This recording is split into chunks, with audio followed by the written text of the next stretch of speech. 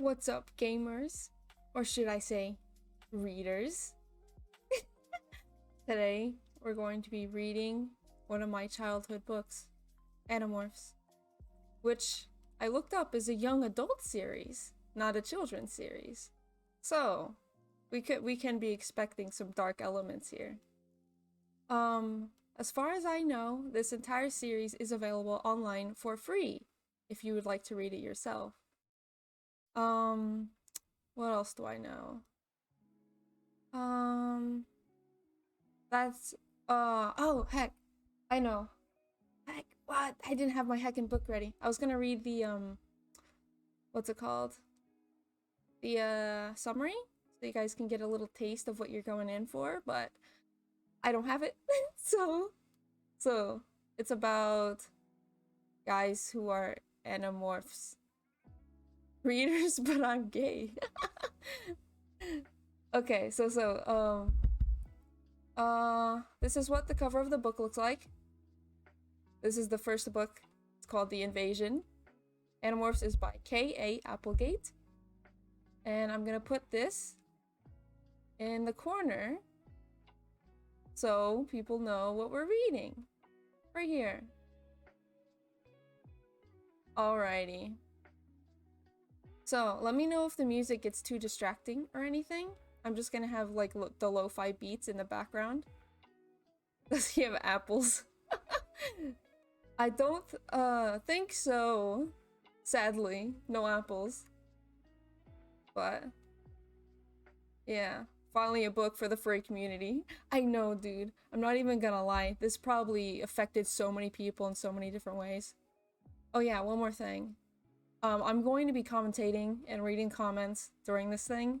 So, you know, it's not a full, aesthetic, ASMR reading. Just letting people know that for future reference. Alright, so, Animorphs, The Invasion, Chapter 1. My name is Jake. That is my first name, obviously. Can't tell you my last name. It would be too dangerous. The controllers are everywhere. Everywhere.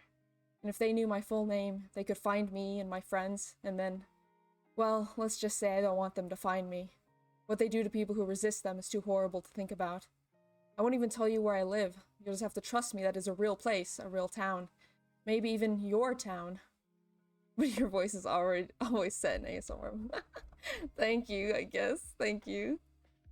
I'm writing this all down so that more people learn the truth.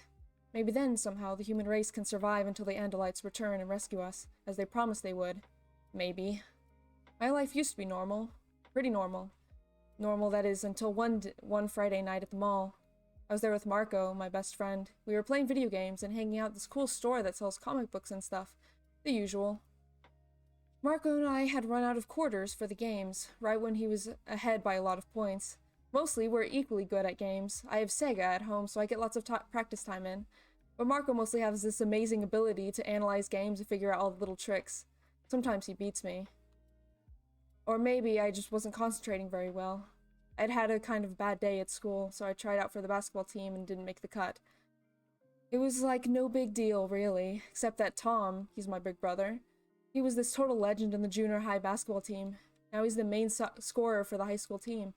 Someone expected me to make the team easy, only I didn't. Hello, Reigns. Marco is a game FAQ writer. Yeah. Like I said, no big thing. But it was on my mind just the same. Lately, Tom and I hadn't been hanging out as much, not like we used to. So I figured, you know, if I got his own position on his team... Well, anyway, we were out of money and getting ready to head home when we ran into Tobias. Tobias was, I mean, I guess he still is, kind of a strange guy. He was new at school, and he wasn't the toughest kid around, so he got picked on a lot. I actually met Tobias when he had his head in the toilet. There were these two big guys holding him down and laughing while they flushed, sending Tobias' scraggly blonde hair swirling around in the bowl. I told the two creeps to step off, and ever since then, Tobias figured I was his friend. "What's up?" Tobias asked. I shrugged. "Not much. We're heading home." "Out of quarters," Marco commented. Certain people keep forgetting that the sleaze trolls show up right after you cross the Nether Fjord. But certain people keep losing the game and losing our quarter. Marco kept jerking his thumb at me just in case Tobias didn't figure out who he meant by certain people. So, like, maybe I'll walk with you guys, Tobias said. I said, sure, why not? We were heading for the exit when I spotted Rachel and Cassie. Rachel is kind of pretty, I guess. I mean, okay, she's very pretty, although since she's my cousin, I don't really think about her that way. Oh god. She has blonde hair and blue eyes and is very clean, very wholesome look. She's one of those people who always knows the right clothes to wear and how to look like they just walked out of those fashion magazines girls like. She's also very graceful because she takes gymnastics, even though she says that she's too tall to be really good at it. If I recall correctly, Tobias's home life is not good. Yeah, I think Tobias has a lot of struggles, I think. Cassie is sort of the opposite. For one thing, she's usually wearing jeans and a plaid shirt or something real casual. She's black and wears her hair very short most of the time. She had it longer for a while, but then went back to short, which I like. Cassie is quieter than Rachel, more peaceful. Like she always understands everything on some sort of different, more mystical level. I guess you could say I kind of like Cassie. Sometimes we sit together on the bus, even though I never know what to say to her. You guys going home? I asked Rachel. You shouldn't go through the construction site by yourselves. I mean, being girls and all. That was my mistake. I should have never suggested to Rachel that she's weak or helpless. Rachel may look like Little Miss Teen Model or whatever, but she thinks she's Storm from the X-Men. Are you going to come and protect us, you big strong man? She said. You think we're helpless just because... I'd appreciate it if they did walk with us, Cassie interrupted. I know you're not afraid of anything, Rachel, but I guess I am. Rachel couldn't say much about that. That's the way Cassie is. He always has the right words to stop any argument without making anyone feel bad. So there we were, the 5 of us. Marco, Tobias, Rachel, Cassie, and me. 5 normal mall rats heading home. Sometimes I think about that one last moment we were all still just normal kids. It was like a million years ago. Like it was some totally different group of kids. You know, what I was afraid of back then? I was afraid of admitting to Tom I had made the team. That was the scariest life got back then. 5 minutes later, life got a lot scarier. To get home from the mall, we would either go the long way around, which is the safe way, or we could cut through this abandoned construction site and hope there weren't any axe murderers hanging around there. My mom and dad sworn to ground me until I'm 20 if they ever found out I cut through the construction site. So anyway, we crossed the road and headed into the abandoned construction site.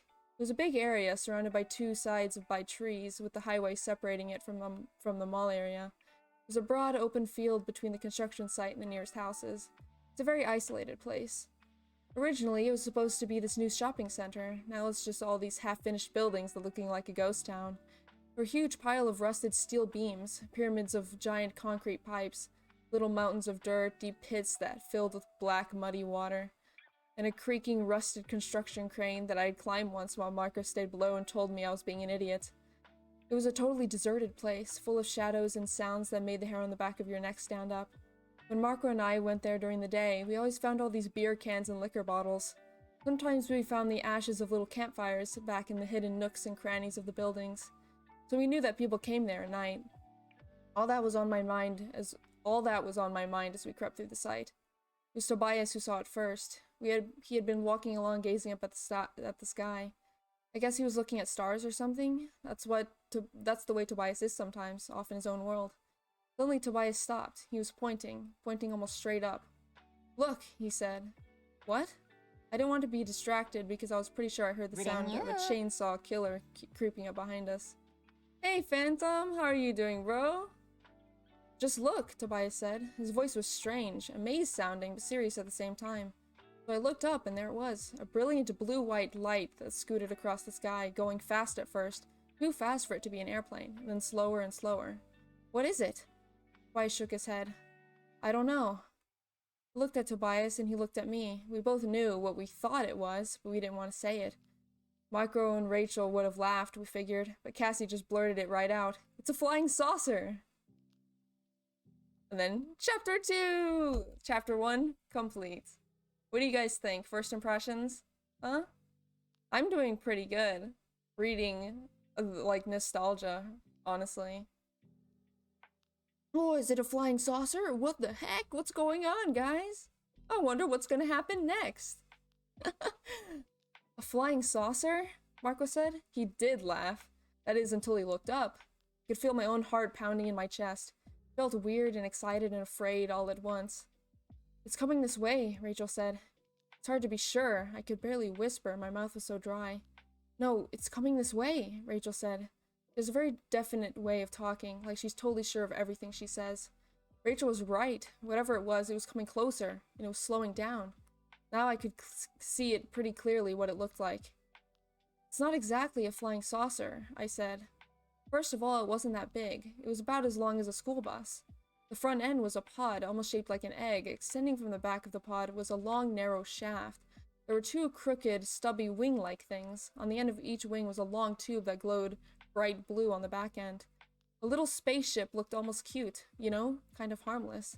Except that it had sort of tail, a mean-looking tail that curved and upward, cornering to the point that looked as sharp as a needle. That tail thing? I said. It looks like a weapon. Definitely, Marco agreed. Little ship kept coming nearer, growing slower all the same. It's stopping, Rachel said. She had this same strange, not quite real tone in her voice that I had. Like we couldn't believe what we were seeing. Like maybe we didn't want to believe. I think it sees us, Marco said. Should we run? Maybe we should run home and get a camera. Do you know how much money we could get for a video of a real UFO? Yeah. If we run, they might, I don't know, zap us with phasers on full power, I said. I meant it as a joke. Kind of. Phasers are only on Star Trek, Marco said, rolling his eyes the way he does when he thinks I'm being a dweeb. Like he was some kind of expert on alien ships. Spaceships, right. The ship stopped and hovered almost directly over our heads, maybe 100 feet in the air. I could feel the hair on my head sticking on end. When I glanced at Rachel, it was almost funny. She had this long blonde hair that was sticking straight out in every direction. Only Cassie looked normal. What do you think it is? Marco asked. It sounded a little shakier, not so laid back now that this thing was so close. To be honest, I was a little scared too. A little scared, as in so terrified I couldn't move. But at the same time, it was all cool beyond any coolness ever. I mean, it was a spaceship right there over my head. Tobias was actually grinning, but that's Tobias for you. He's never scared of weird stuff. It's the normal stuff he can't stand. I think it's going to land, he said, a huge smile on his face. His eyes were bright and excited, and his blonde hair was standing up in clumps. The ship began to descend. It's coming right at us, I cried. I had to fight an urge yammering across the field all the way home, where I could crawl into my bed and pull the covers over my head. But I knew that this was an important, amazing thing. I knew I had to stay and see it all. Guess the others felt the same way, because we all just stood there as the ship hummed and glowed, and slowly settled down in an open space between piles of junk and tumbled walls. I noticed there was a black burn marks along the top of the pod section. Some of the skin of the pod had melted. It touched the ground and instantly the blue lights went off. Rachel's hair fell back onto her neck. It isn't very big, is it? Rachel whispered. It's about, I tried to think, about 3 or 4 times as big as our minivan? We should tell someone, Marco said. I mean, this is kind of major, you know? Spaceships don't just land on the construction site every day. We should call the cops or the army or the president or something. We'd be totally famous. We'd get to be on Letterman for sure. Bro, you just have a good one. Bye, Brian. Yeah, you're right, I agreed. We should call someone, but none of us moved. None of us was just going to walk away from a spaceship. I wonder if we should try and talk to it, Rachel suggested. She was standing there with her hands on her hips, looking at the spaceship like it was a puzzle she had to figure out. I mean, we should communicate, if that's even possible. Tobias nodded. He stepped forward and held out his hands. I guess he was showing whoever was on the ship he wasn't carrying any kind of weapon or anything. It's safe, he said in a loud, clear voice. We won't hurt you. Do you think they speak English? I wondered. Well, everyone speaks English on Star Trek, Cassie said with a nervous laugh. Tobias tried again. Please, come out. We won't hurt you. I know. I froze. Okay, we had definitely heard someone say, I know. Only there hadn't been any sound. I mean, I heard it, but I didn't really hear it. Maybe it was all a dream. I looked kind of sideways at Cassie. She looked back at me. Our eyes met. She had heard it too. I looked at Rachel. She was turning her head back and forth like she was looking for where the sound was. That wasn't a sound it could have come from. I started to get a sick, twisty feeling in my stomach. Did everyone hear that? Tobias whispered. We all nodded at once, very slowly. Can you come out? Tobias asked in a loud, talking to aliens voice. Yes, do not be frightened. We won't be frightened, Tobias said. Speak for yourself, I muttered. The others giggled nervously. A thin arc of light appeared, a doorway opening slowly in the smooth side of the pod near the ship. I stood there, totally hypnotized. I just stared, waiting. Get out of my head! Yeah, literally. Get out of my head! The opening grew like a crescent moon at first, then a full bright circle. And then he appeared. My first reaction was someone had cloned a person and a deer together. The creature had head and shoulders and arms that were more or less where they should have been, though the skin was a pale shade of blue. But below he had fur, a mix of blue and tan, covering a four-legged body that really did look like it belonged to a deer, or maybe a small horse. He ducked his head out in the doorway. I could see that even a fairly normal-looking parts of him weren't that normal. For start, he had no mouth, just 3 vertical slits. And there were his eyes, 2 of them where they should have been, although they were glittery green color that was kind of shocking. The real shock was the other eyes. He had what seemed like horns, only on top of each horn was an eye. The horns could move, twisting to a point the eyes front, back, up, and down. I thought the eyes were bad until I saw the tail. It was like a scorpion's tail, thick and powerful looking. On the end was a wicked, curved, very sharp-looking horn or stinger. It reminded me of the alien spaceship. It seemed kind of cute and harmless till you noticed the tail. The alien seemed kind of harmless at a first glance too. Then you saw the tail of his and thought, whoa, this guy could do some damage if he wanted. Hello, Tobias said. His voice was gentle, like he was talking to a baby. He was grinning. I realized I was smiling too. At the same moment, I realized there were tears in my eyes. Can't really describe how it felt, except it seemed like an alien was someone I'd known forever. Like an old friend I hadn't seen in a long, long time. Hello, the alien said, in a silent way that you could only hear inside your head. Hi, we all said back. To my surprise, the alien staggered, fell out of the ship onto the ground. Twice tried to grab him and hold him up, and the alien slipped from his grasp and fell back on the dirt. Look, Cassie cried. She pointed at a burn that covered half the alien's right side. He's hurt. Yes, I'm dying, he said. Can we help you? We can call an ambulance or something, Marco said. Yeah, that'd help. We can bandage that wound, Cassie said. Jake, give me your shirt. We can tear it and make bandages. Cassie's parents were both veterinarians, and she's totally into animals. Not that this was an animal, not exactly, anyway. No, I will die. The wound is fatal. No, I cried. You can't die. You're the first alien to ever come to Earth. You can't die. I don't know why I was so upset. I just knew that deep down inside it hurt me to think of him dying. I'm not the first. There are many, many others. Other aliens? Like you? Tobias demanded. The alien shook his big head slowly side to side. Not like me. Then cried out in pain, a silent sound that echoed horribly inside my mind. For a moment, I actually felt him dying. The alien probably doesn't have health insurance. Getting treatment is gonna be expensive. Oh yeah, this is America after all. Isn't it? I think so, anyway. Not like me, he repeated. They are different. Different? How? I said. I'll remember his answer forever. He said, they have come to destroy you. Whoa, they have come to destroy us? What is this enemy, guys? Oh my god. Chapter 3. It's like, the ending to the chapters are almost like ending to a TV show episode, isn't it? Like, oh, it's a cliffhanger. What's gonna happen next? You just have to keep reading, huh? I guess that's how books are, huh? I guess I haven't read a book in a long time. Well, no one's been stabbed yet, so it probably isn't English. Yeah. They have come to destroy you. It was all strange. The way we all just knew he was telling the truth. No one said no way or you're making it up. We all just knew. He was dying. He was going to warn us of something terrible. They're called Yeerks. They are different from us. Different from you as well. Are you telling us they're already here on Earth? Rachel demanded. Many are here. Hundreds. Even more. Maybe more. Why hasn't anybody noticed them? Marco said reasonably. I think someone would have mentioned it at school. Yeerks, subtle. Oh, I don't get it. I don't get it. Is it a pun? Or a joke? I don't get it. You don't understand. Yeerks are different. They have no body, like yours or mine. They live in the bodies of other species. They are... Sounds like jerks. I said it! Is that the joke? No way. No way. I guess he couldn't think of a word to explain Yeerks, so he closed his eyes and seemed to concentrate.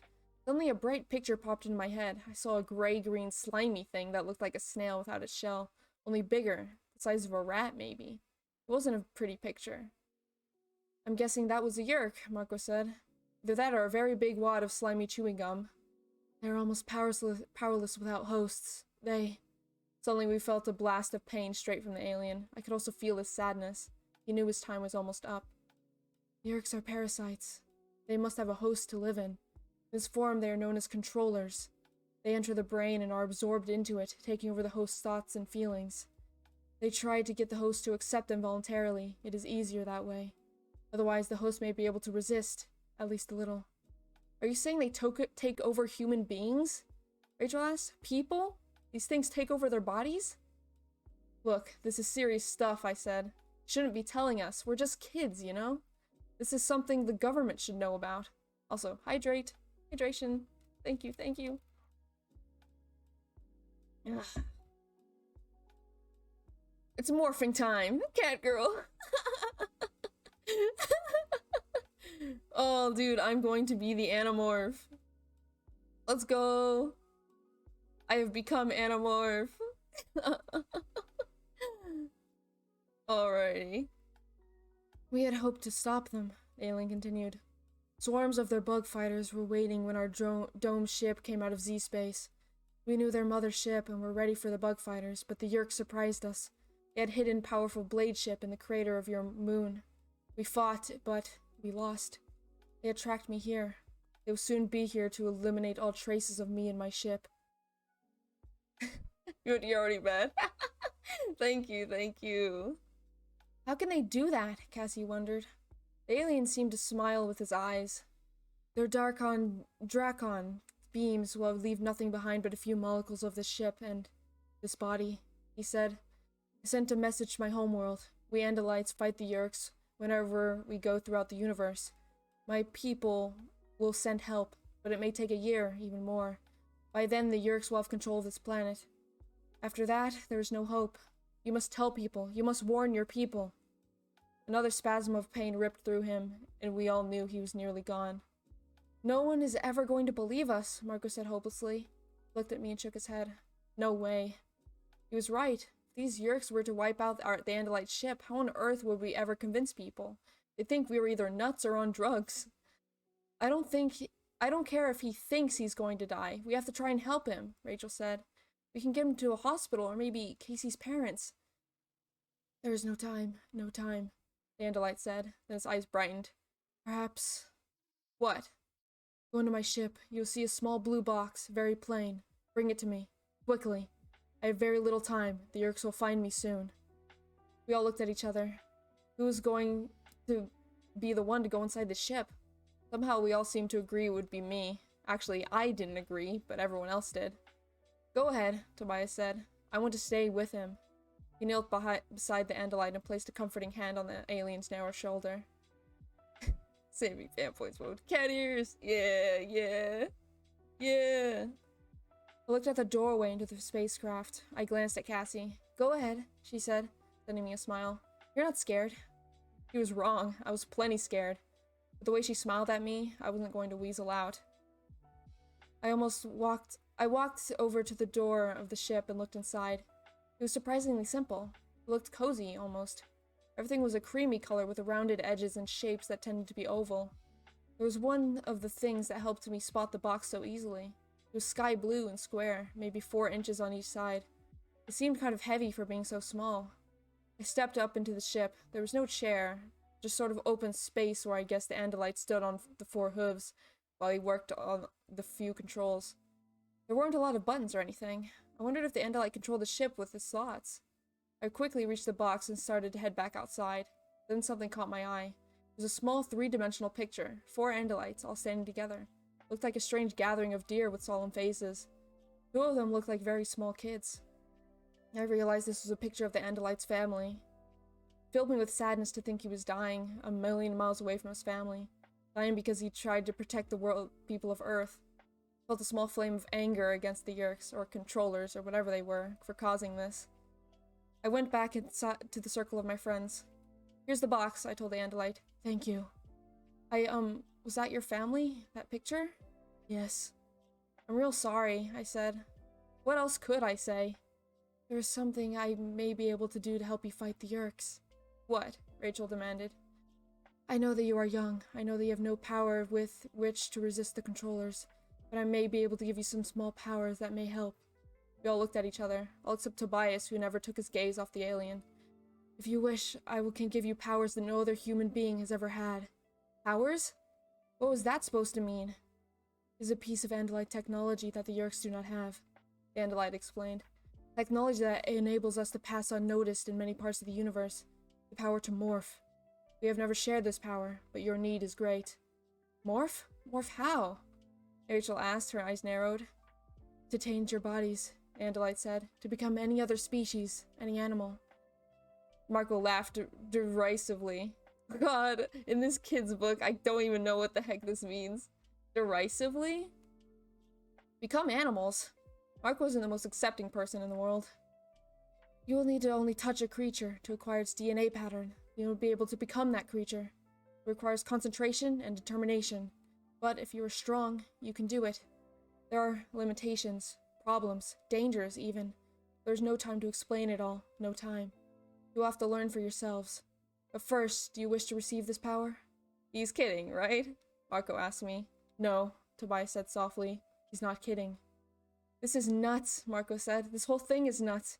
Yeerks and spaceships and slugs taking over people's brains and Andalites and the power to change into animals? Give me a break. Yeah, it is beyond the weird, I agreed. We were off the map of weirdness by this point, Rachel said. But unless we're all just dreaming, I think we'd better deal with this. He's dying, Tobias reminded us. I'll do it, Cassie said. That surprised me. Cassie isn't usually so quick to decide. But I guess, like Tobias, she felt the truth of what the Andalite was saying. I think we should all decide together, I suggested. One way or the other. What's that? Rachel asked. She was looking up toward the stars. Far, far overhead, two pinpoints of bright red lights were shooting across the sky. Yeerks, the Andalite said the word in our minds, and we could feel his hatred. Yeerks! Oh, heck! Chapter 4! Chapter 4! There's 25 or 24, somewhere around there, that many chapters. So, I'm gonna try to finish the whole book in one go, but we'll see how far we can get. Yeerks! Twin red lights slowed. They turned in a circle and came back toward us. There's no time. You must decide. We have to do this, Tobias said. How else can we fight these controllers? This is so insane, Marco said. Insane. I'd like more time, but we don't have a choice, Rachel said. I'm for it. What do you say, Jake? Cassie asked me. It was odd. Like suddenly I was the one who had to decide for everyone. I looked at the Yeerk ships. What had the Andalite called them? Bug fighters? They were circling closer like dogs sniffing for a scent. I looked down at the Andalite and remembered the picture of his family. Would they even know what happened to him? I looked at each of the people around me. My usually funny, occasionally annoying best friend, Marco. Rachel, my smart, pretty, confident cousin. And Cassie, who everyone knew liked animals more than she liked people. Finally, I looked at Tobias. It was this weird feeling. It was weird, the feeling I had the moment staring at him. A chill or something. We have to, Tobias said to me. Slowly I nodded. Yes, we have no choice. Then each of you, press your hand against one of the sides of the square. We did. 5 hands each pressed against one side, and a 6th hand, different from ours, with too many fingers. Do not be afraid, the Andalite said. Something like a shock, only pleasurable, seemed to run through me. A tingle that almost made me laugh. What? Go now, the Andalite said. Only remember this. Never remain in animal form for more than 2 of your Earth hours. Never. That is the greatest danger of morphing. If you stay longer than 2 hours, you will be trapped, unable to return to human form. 2 hours, I repeated. Suddenly, a new fear washed over me through the Andalite's mind. Linked as I was to him, I could feel the dread that crawled up my spine. He was staring up at the sky with his main eyes. Something else was up there with the bug fighters. Visser 3! He comes. What? I was shaking with a new terror. What's a Visser? Who's a Visser? Go now. Run. Visser 3 is here. He is the most deadly of your enemies. Of all Yeerks, he alone has the power to morph. The same power you now have. Run. No, we'll stay with you, Rachel said firmly. Maybe we can help. Again, it was as if the alien was smiling at us with his eyes. No, you must save yourselves. Save yourselves and save your planet. The Yeerks are here. We all looked up, craning our necks. Sure enough, the two red lights were sinking toward us, and they had all joined by a third ship, far larger, black as a shadow within a shadow. But how are we supposed to fight these controllers? Rachel demanded. We must find a way. Now run! I jerked from the force of his command. He's right. Run! I yelled. We ran, all but Tobias, who knelt beside the Andalite and took his hand. The Andalite pressed his other hand against Tobias's head. Tobias rocked back like he'd been shocked. Then he, too, was up and running, stumbling over the loose junk and potholes of the construction site. A beam of red light snapped on. It was a spotlight from one of the bug fighters. The beam lit up the fallen Andalite and his ship. A spotlight from the second bug fighter joined the first, and the Andalite shone brilliant as a star. I hit the dirt hard. Saw my leg lit up within the circle of that spotlight.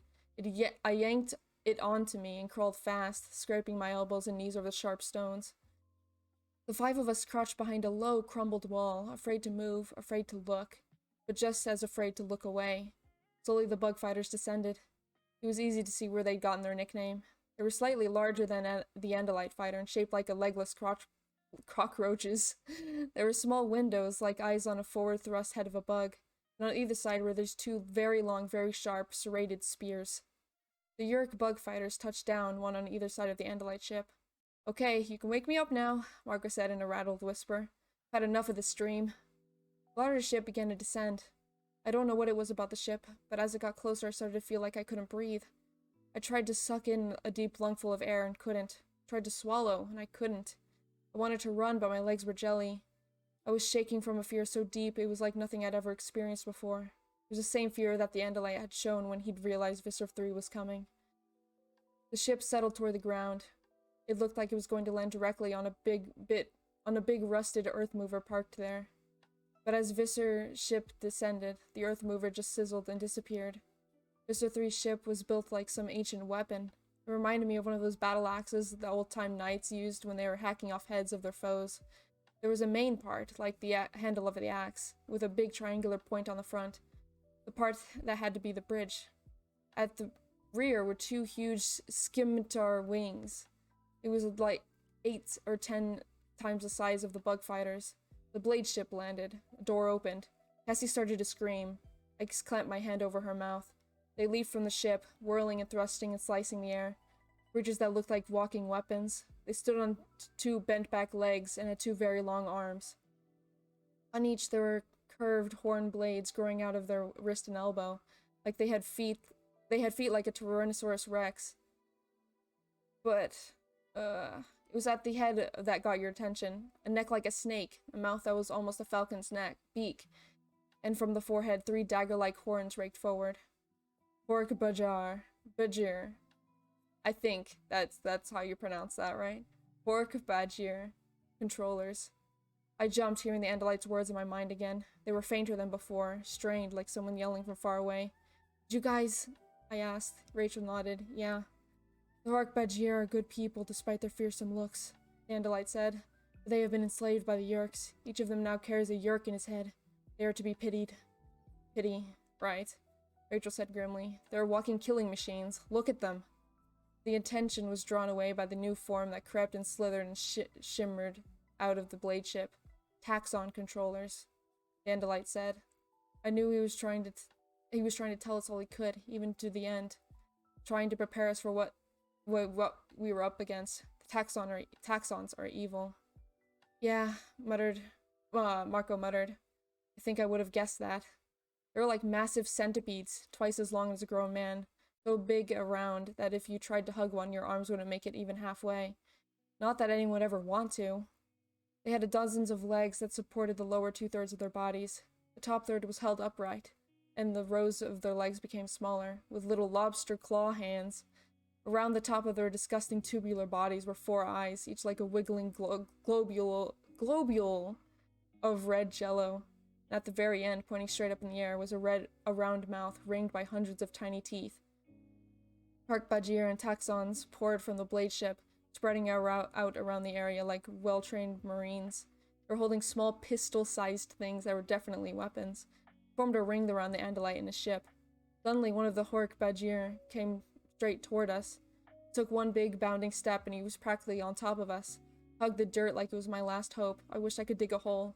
Saw a flash of Marco's face. His eyes were huge. His lips were drawn back in what could have been a grin, except I knew it was an expression of pure terror. Taxes are evil, so true. I know, right? I can see where they get their name. But big centipedes. Centipedes are always scary. But like a human-sized centipede, or like a bigger than human-sized centipede, is heckin' terrifying. I don't like that.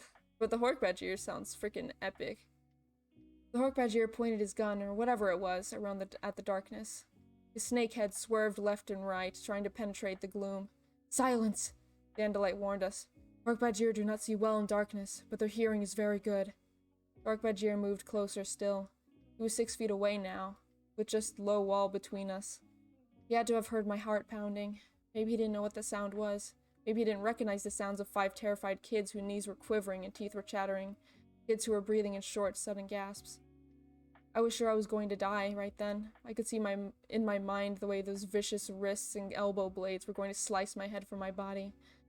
If you've never really been afraid, let me tell you, it does things to you. It takes over your mind and your body. You want to scream. You want to run. You want to wet your pants. You want to throw yourself down on the ground and cry and beg, please, please, please, please, please don't kill me. And if you think you're brave, well, wait till you're cowering a few feet away from a monster who can turn you into coleslaw in about 3 seconds flat. Then the Andalite's voice was in my head again. Courage, my friends.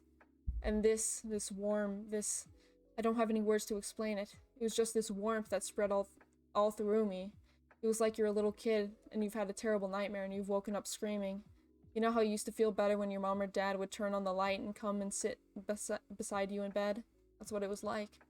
I mean, I was still terrified. The Hark-Bajir was still there, so real and so deadly. I could hear him breathing. I could smell him. But at the same time, I could feel the panic coming under control. I could feel the strength flowing from the doomed Andalite. He was letting us borrow some of his courage, even though he must have been afraid himself. Hark-Bajir moved away. Something new was coming from the blade ship. Shaking and chattering, I rose high enough to look over the low wall. Every Hark-Bajir and every taxon was turned toward the ship now. They're all standing at attention, I whispered. How can you tell? Marco whispered back. Who knows when a jelly-eyed centipede or a walking salad shooter from hell is standing at attention? Then he appeared. Mr. 3. The Andalite said. Mr. 3 was an Andalite. Or at least he was an Andalite controller. What the? Rachel said. Isn't that an Andalite? Only once has a Yeerk been able to take an Andalite body. The Andalite said. There's only one Andalite controller. That one is Visser 3. Visser 3 walked confidently toward the wounded Andalite. The Visser seemed so much like the Andalite, it was hard to tell them apart at first. He had the same mouthless face, the same extra stalk eyes that were turned here and there, checking out everything in all directions. Same powerful yet sleek 4-legged body, and the same wicked tail. But if the Visser looked like any normal Andalite, he felt different. Like he was wearing a mask. Only if you knew under the fake sweetness of the mask there was something twisted and foul. Well, well, Visser 3 said. I almost had a heart attack when I realized I was hearing the Visser's thoughts. Can he hear our thoughts? Cassie whispered. If he can, we're so dead. I don't even want to think about it, Rachel told her. He cannot hear your thoughts, the Andalite said. As long as you don't direct them to him. You can hear his thoughts because he is broadcasting them for all to hear. This is a great victory for him, so he wants all to hear. What have we here? A meddling Andalite? Visser 3 looked more closely at the Andalite ship. Ah, but no ordinary Andalite warrior. Prince Elfangor, Surinil Shamtul, if I'm not mistaken. An honor to meet you. You're a legend. How many of our fighters have you shredded? 7? Or was it 8 by the time the battle ended? The Andalite didn't answer, but I had a feeling maybe it'd been more than 8. The very last Andalite was in the sector of space. Yes, I'm afraid your dome ship had been completely destroyed. Completely. I watched it burn as it fell into the atmosphere of this little world. There will be others, the Andalite prince said. The Visser took one step closer toward the Andalite. Yes, and when they come, it will be too late. This world will be mine. My own contribution to the Yeerk Empire, our greatest conquest. And then I'll be Visser 1. What do you want with these humans? The Andalite asked. You have your Taxon allies, you have your Hork-Bajir slaves, and other slaves from other worlds. Why these people? Because there are so many, and they are so weak. Visser 3 sneered. Billions of bodies, and they have no idea what's happening. This many hosts we can spread throughout the universe, unstoppable. Billions of us. We'll have to build 1,000 new Yeerk pools just to raise Yeerks for half this number of bodies. Face it, Andalite, you have fought well and bravely, but you have lost. Visser 3 stepped right up to the Andalite. I could feel the Andalite's fear. Rather than cower, he fought the pain of his wound and climbed to his feet. He knew he was going to die. He wanted to die on his feet, looking at the enemy in the face. But Visser 3 was not done taunting his foe. I promise you one thing, Prince Alfangor. When we have this planet, with its rich harvest of bodies, we will move against the Andalite homeworld. I'll personally hunt down your family, and I'll personally oversee the placement of my most faithful lieutenants in their heads. I hope that they will resist so I can hear their minds scream. The Andalite struck. His tail whipped up and over so fast you couldn't really see it. The Visser twisted his head aside. The Andalite's tail blade missed the Visser's head by a bare half-inch, but it sliced into his shoulder. Blood, or something like blood, sprayed from the wound. Yes! I hissed. Ah! I could hear the Visser's howl of pain in my head. At the same time, a blinding beam of blue light shot from the tail of the Andalite ship, sliced into the nearest bug fighter. Hork-Bajir and Taxon scattered. Even crouching behind the wall, I could feel the blistering wave of blistering heat. Bug fighters sizzled and disappeared. Fire! Visser 3 yelled. Burn his ship! The night exploded in blinding light. Red beams lanced from the blade ship at the remaining bug fighter. The Andalite ship glowed, and with a strange slowness, disintegrated. Then, in a flash of glow of Dracon beams, I thought I saw, humans. A small group of them, maybe 3 or 4 in the back of the shadows behind the Visser.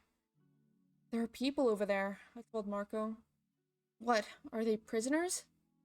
Take the Andalite, Visser 3 ordered his soldiers. Hold him for me. 3 big Hork-Bajir grabbed the Andalite and held him down. Their whisk blades were at his throat, but they knew better than to kill him. That was to be Visser 3's personal privilege. Then we saw why a Yeerk was as powerful as a Visser 3 would inhabit the only captured Andalite body. We watched, Visser 3 began to morph.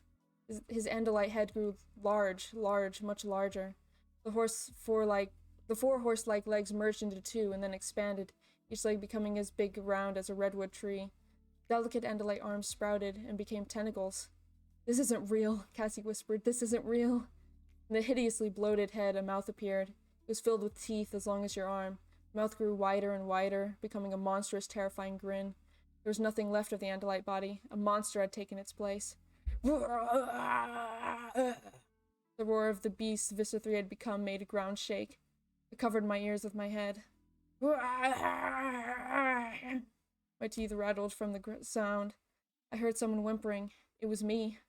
Visser 3 had become a monster that made the Hork-Bajir and Taxons look like harmless toys. He reached out with a thick tentacle and grabbed the Andalite by the neck. No, no, no.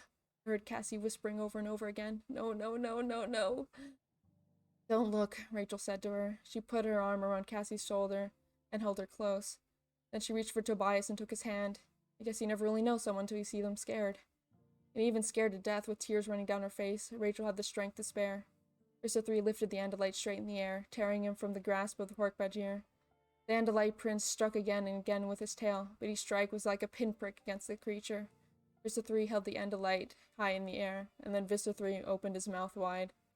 Oh, bro. It's like a freaking eldritch being is what Visser 3 turned into. I forgot there was Vor. Does this even count? Does this even count as... Well, I guess it does, doesn't it? If he's just eating him. Chapter 6. I don't know what came over me right then. I had been so afraid. So terrified. but it was like something that just snapped in my head. I couldn't just hide and watch. I couldn't. You filthy! I jumped to my feet. I snatched up a piece of rusted iron pipe from the ground and started to climb over the wall. Jake, you stupid! What are you freaking doing? I guess I just went crazy or something. Had to be craziness, because there's no way I, alone, armed with a piece of pipe, was going to accomplish anything. No! The Andalite's silent cry made me hesitate. I felt Marco's hands grabbing at my shirt and pulling me back. Bryce and Marco held me down. Rachel put her hand over my mouth. I was trying to scream or curse or something. Jake dead, the end. Yeah, I know. He's gonna get himself killed here. Shut up, you idiot, Marco hissed. You're just going to get us all killed. Jake, don't. Cassie put her hand on my cheek. He doesn't want you to die for him, don't you realize? He's dying for us. I shoved Marco and Tobias away angrily, but I was in control of myself again. Peered over the wall again. The Andalite prince was helpless in the grasp of Visser 3. I saw him held in the air. I saw Visser 3 open his monstrous gaping jaws. Yeah, F in chat for Elfangor. Heckin' dead, man. Saw the Andalite fall into that open mouth. Mouth closed. Teeth ripped the Andalite apart. The Andalite prince Elfangor Surinal Shamtul died. At the very end, he cried out. His cry of despair was in our heads. His cry will always be on our heads. The Hork-Bajir controllers began making a huffing sound, like whoa, whoa, whoa. Maybe they were laughing or applauding. Taxon controllers rushed forward and crowded around Visser 3. They seemed to be stretching him up toward him. Then I saw why. A piece of the Andalite fell from Visser's jaws, and the nearest Taxon greedily gobbled it up. Tobias turned away, and I covered his face with his hands. Cassie had tears streaming from her eyes. So did I. I heard a sound that was strange because it was so normal. It was laughter. Human laughter. The humans. The human controllers. Because that's what they were laughing. Like they were at some kind of show. For a moment, it seemed to me like one of those laughing voices was familiar, like I heard it before. But then the sound was swallowed up by the huffing of the Hork-Bajir. Visser 3 morphed out of his monstrous form and slowly regained his Andalite body. Ah, I heard him think. Nothing like a good Antirian bog morph for taking a bite out of your enemies. Again, the human controllers laughed and the Hork-Bajir controllers huffed, and I heard a familiar human laugh that I could not quite place. Sus? What the heck? So he knows one of the controllers. He just doesn't know who yet. Marco started throwing up. It was an understandable thing to do, but somehow the sound caught the attention of the nearest Hork-Bajir. The snake's head turned. He was perfectly still. We were perfectly still. The Hork-Bajir turned toward us. The nearsighted eyes were aimed directly at our little hiding place. I don't know who panicked first. Maybe it was me. Maybe we'd all just have fear and horror we couldn't stand. It was like an electric shock went through all of us. We were running before I had even a chance to know what I was doing. I ran. I gasped for air. A cry went up from the Hork-Bajir. Split up, I yelled. They can't follow all of us. Marco and Tobias and Cassie took off in 3 different directions. Rachel was still right beside me. Glancing back, I saw the Hork-Bajir hesitate, unsure of who to chase. Rachel and I are the fastest runners. Tobias is totally out of shape. And Marco and Cassie are too short to be really fast. So I figured if the aliens were going to chase anyone, it ought to be us. I guess Rachel thought the same thing. She slowed down just a little, began yelling and waving her arms. Come on, you! And then she said some words I didn't realize Rachel even knew. What? She said some words I didn't realize Rachel even knew? Is she saying that she cursed? Is that what it is? The 2 nearest Hork-Bajir snapped around and took off after us. Here! Fit! Enemy, get! Even in my panic, it surprised me. Yes! They were taking some mix of their own alien language and ours. I kill. I ran. Suddenly, my foot slammed something and I was down. Hit the ground, hard. The wind was knocked out of me. I tried to fill my lungs again. Rachel ran on. She didn't know I had fallen. A spear of red light struck a concrete pipe just beside me. The concrete vaporized. 2 Hork-Bajir were coming after us, bounding like some devil kangaroos. I was up and running. Rachel must have realized I wasn't with her anymore. She stopped and started to come back toward me. Don't be an idiot, I yelled. Run! She hesitated just a second, but she knew she couldn't do anything more for me. She ran. Saw a dark hole ahead and raced toward it. A doorway. Inside it was black as a grave. It was one of the buildings that had almost been completed, just bare concrete walls and scattered junk. But I knew I'd been here before. Marco and I had walked all through it. There were hallways and little side rooms. It was like a maze. Marco, Rachel, had they gotten away? What about Cassie and Tobias? I tried to get my brain to concentrate as I scurried across the first big room. There was a corridor somewhere. I groped in the dark and found a wall. I tried to get, I heard the sound of claw-like feet, huge, tearing, rending claw feet scraping over the bare concrete. A bottle went skirting across the floor. The Archbajir was close. In the total darkness, my superior human vision wasn't much use, but I knew my way around the empty building. At least, I would have known my way if my brain had been working. Felt my hand go into emptiness. A doorway! Yes! It led down a hallway. I went through just as light came on behind me. Someone had brought a flashlight. If one to tell Feli Neophyt, whatever order. No need to capture them. Whoever you find, kill. First voice had been Hork-Bajir, second voice was human. And the weird thing was, that voice sounded familiar. I tried to think. I knew I'd heard that voice somewhere. Where? Just save the head, human told the Hork-Bajir. Bring that to me and we can identify it. I slid quickly along the wall. The light followed just steps behind me. I racked my brains. Had there been a passageway? Yes, there was. As silently as I could, I slipped into it. Flashlight beam was just inches behind me. I kicked something soft. Hey! It was a man. He had been lying on the ground wrapped in a blanket. Hey, get out of here! This is my place, and I got nothing for you to steal! I tried to warn him. One of the Hork-Bajir was there. The flashlight landed on the homeless man's face. He blinked like an owl. There was an alcove right behind me. I backed through. The homeless guy screamed. I heard the sound of a scuffle. Maybe the guy got away. I hope so. Probably not. Dude, he's probably screwed, man. But I never found out. Because with the Hork-Bajir distracted, I ran. I ran and ran and ran. As I ran, I really hoped it was just a dream. Dude, a freaking homeless man died for Jake's sins. He morphed into a corpse. Yeah, he morphed into a corpse. Oh my god. Chapter 7. Somehow I made it home. I don't know how. I have no memories of anything after that last sight of the Hork-Bajir. Yeah, so they really did split up and just freaking go home. So let's hope that all of them made it home fine. Haha. Should we keep a death counter? Yeah, sure, why not? So far, death counter is 2. Homeless guy, and then Elfangor. Yeah. I wish I had no memories of anything that happened that night. If only I could forget it all. I called around to the others. Everyone was shaky, but they were all alive. Rachel kept trying to apologize for leaving me. Marco just kept asking me if I was sure this wasn't a dream. Guess I should have the worst nightmares of my life that night, but I didn't. The world of nightmares was just a joke compared to my new reality. By the next morning, a Saturday, I half believed it all been a nightmare. The only thing that seemed real, really real, was the way the Andalite had of smiling with just his eyes.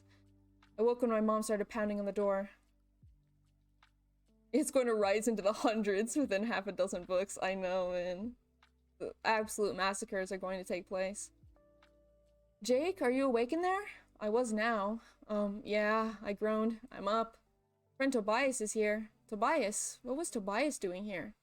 It's me, Tobias' voice. Can I come in? Sure. I sat up in my bed and blinked several times, trying to get my eyes unglued. The door opened. I heard Tobias say thank you to my mom. He was glowing, I swear, he was glowing. Not that he was radioactive or anything, I don't mean that. It's just that his eyes were shining bright and his face was one big grin. He seemed to be tingling with energy, bouncing like he couldn't stand still. I did it, Tobias said. Tried to get my hair to go in one direction by raking my fingers through it. What are you talking about? I was yawning when he answered. I became Dude. I stopped yawning. My mouth actually snapped shut. Dude is Tobias's cat. Huh?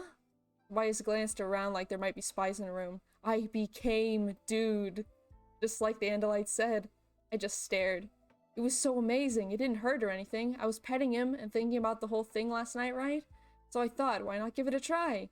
He was pacing back and forth, snapping his fingers, bursting with enthusiasm. Very unlike Tobias. Yeah, his life is so shit that this is enough to make him happy. Oh, to be honest though, having the power to morph would be really hecking cool for anyone, you know? It would be awesome, I think. I feel like I'd be very excited as well. I didn't even know how to begin, so I just made sure the door to my room was locked. Fortunately, my uncle was still asleep. Tobias had the most screwed up family I know. Oh god. He never knew who his father was, and his mom just decided to leave him a few years ago. Since then, he'd been shuttled back and forth between his uncle here and his aunt who lives on the other coast.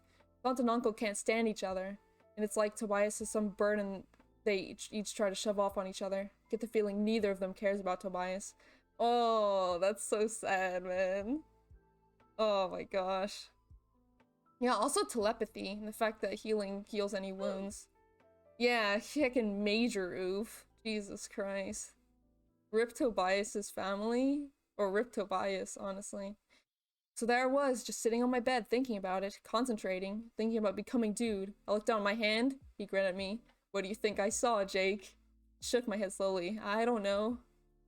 I had fur, Jake, and I was growing claws. You should have seen the real dude. He went nuts.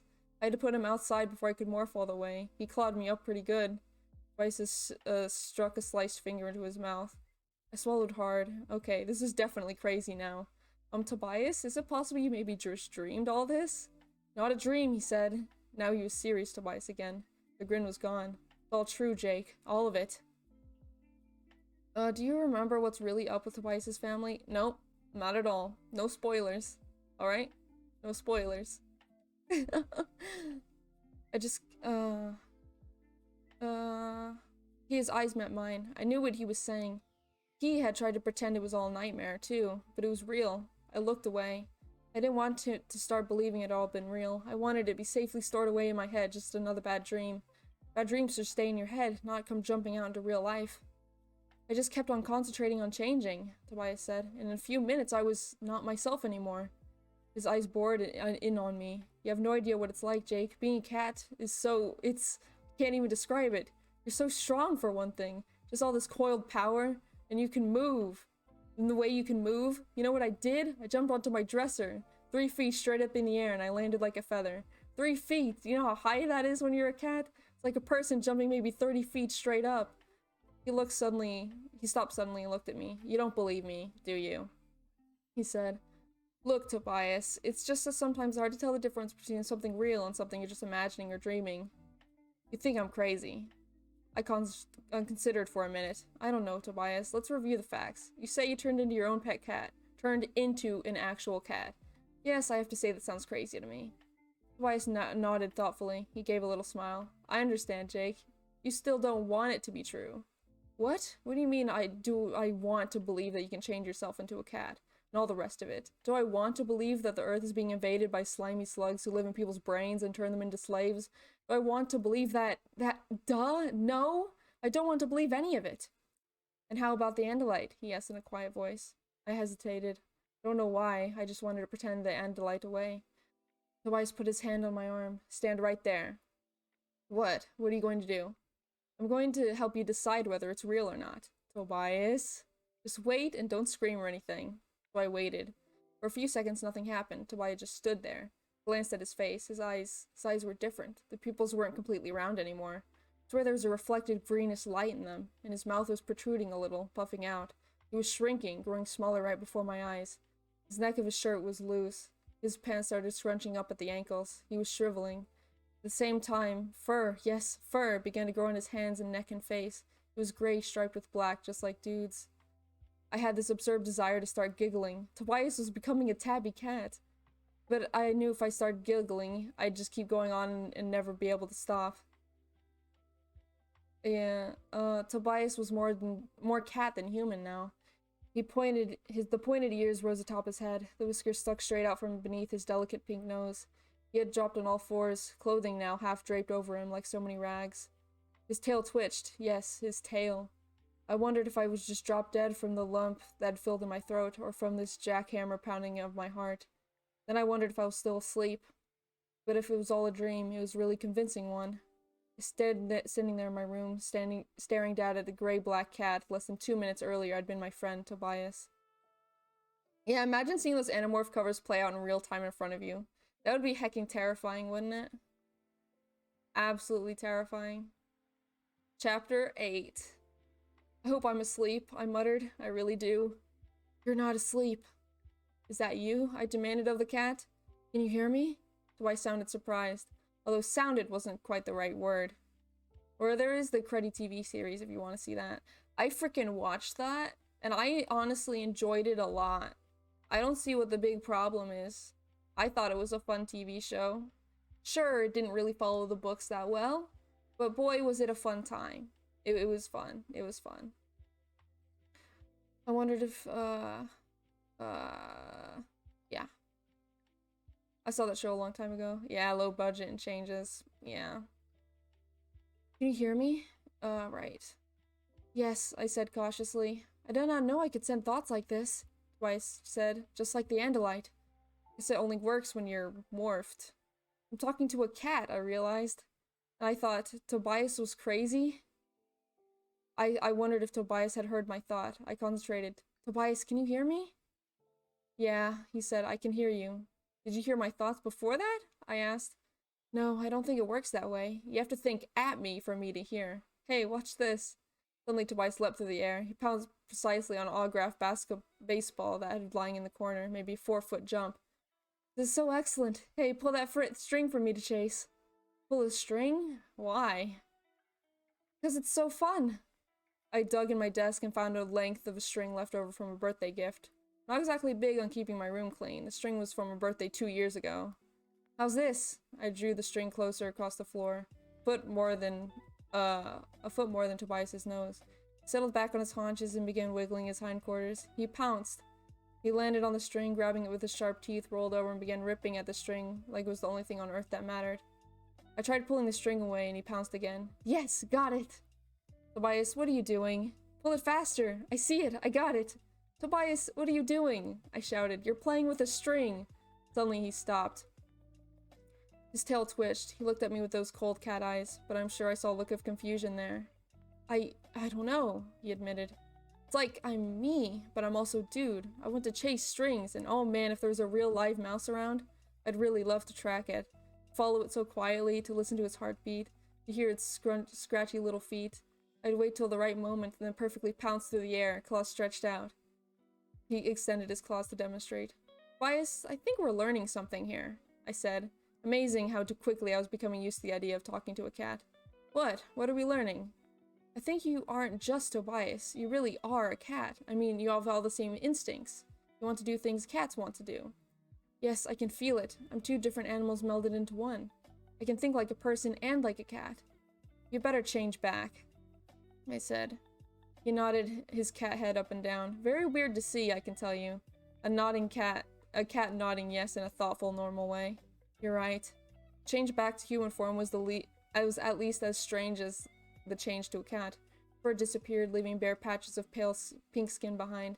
A nose grew out of the flat cat face.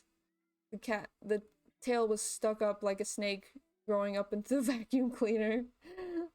Tobias stood there looking embarrassed. He quickly pulled on his clothes. Maybe with some practice we can figure out how to change back into our clothes? We? He smiled his gentle smile again. Don't you get it, Jake? If I can do it, so can you. I shook my head. I don't think so, Tobias. Suddenly he grew angry. He grabbed me by both of my shoulders and really shook me. Don't you understand, Jake? It's all true. All of it. Pushed him away. I didn't want to hear it. He kept after me. Jake, it's all true. The Andalite gave us these powers for a reason. Fine, I snapped. You use them. I will, he said. But we'll need you, Jake. You most of all.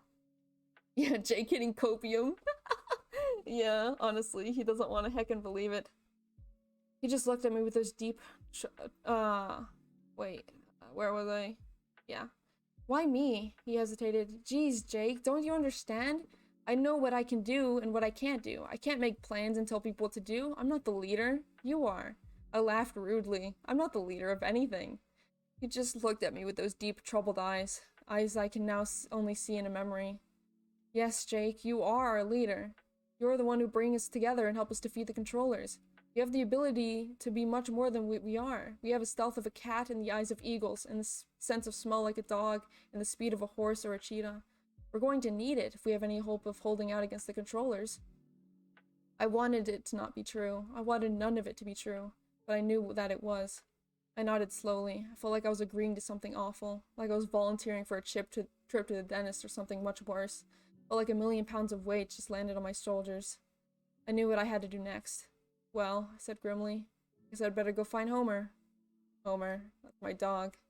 You're a generic white teenager. Of course you're the chosen one. I know. I think in friend groups, you kind of have a sense of who, like, the leader of the group is, or, like, the mom friend. I'm guessing that's kind of what it means. Chapter 9. It isn't painful. Morphing, I mean. I petted Homer for a while, feeling like a complete and total fool. This is the stupidest thing I've ever done, I told Tobias.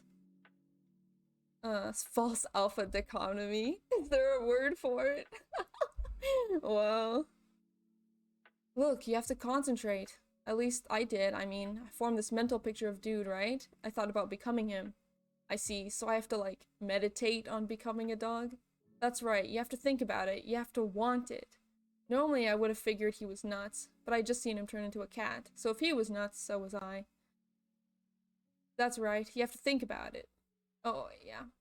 I thought about becoming Homer. As I stroked his fur, I formed a picture in my mind of me becoming Homer. Homer became weirdly quiet while I did it, like he was asleep, only his eyes were open. Just like, dude, Tobias commented. And the process kind of puts the animal in a trance or something. He's just scared because he thinks his master is a Looney Tune.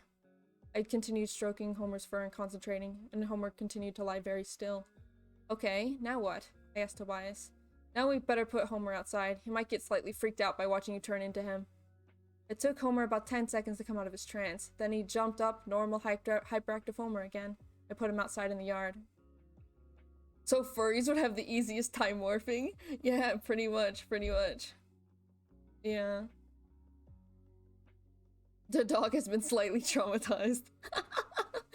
Yeah. You instinctively look to your eldest in-group member for direction and support, but sometimes that gets cross-wired into looking for the strongest person instead.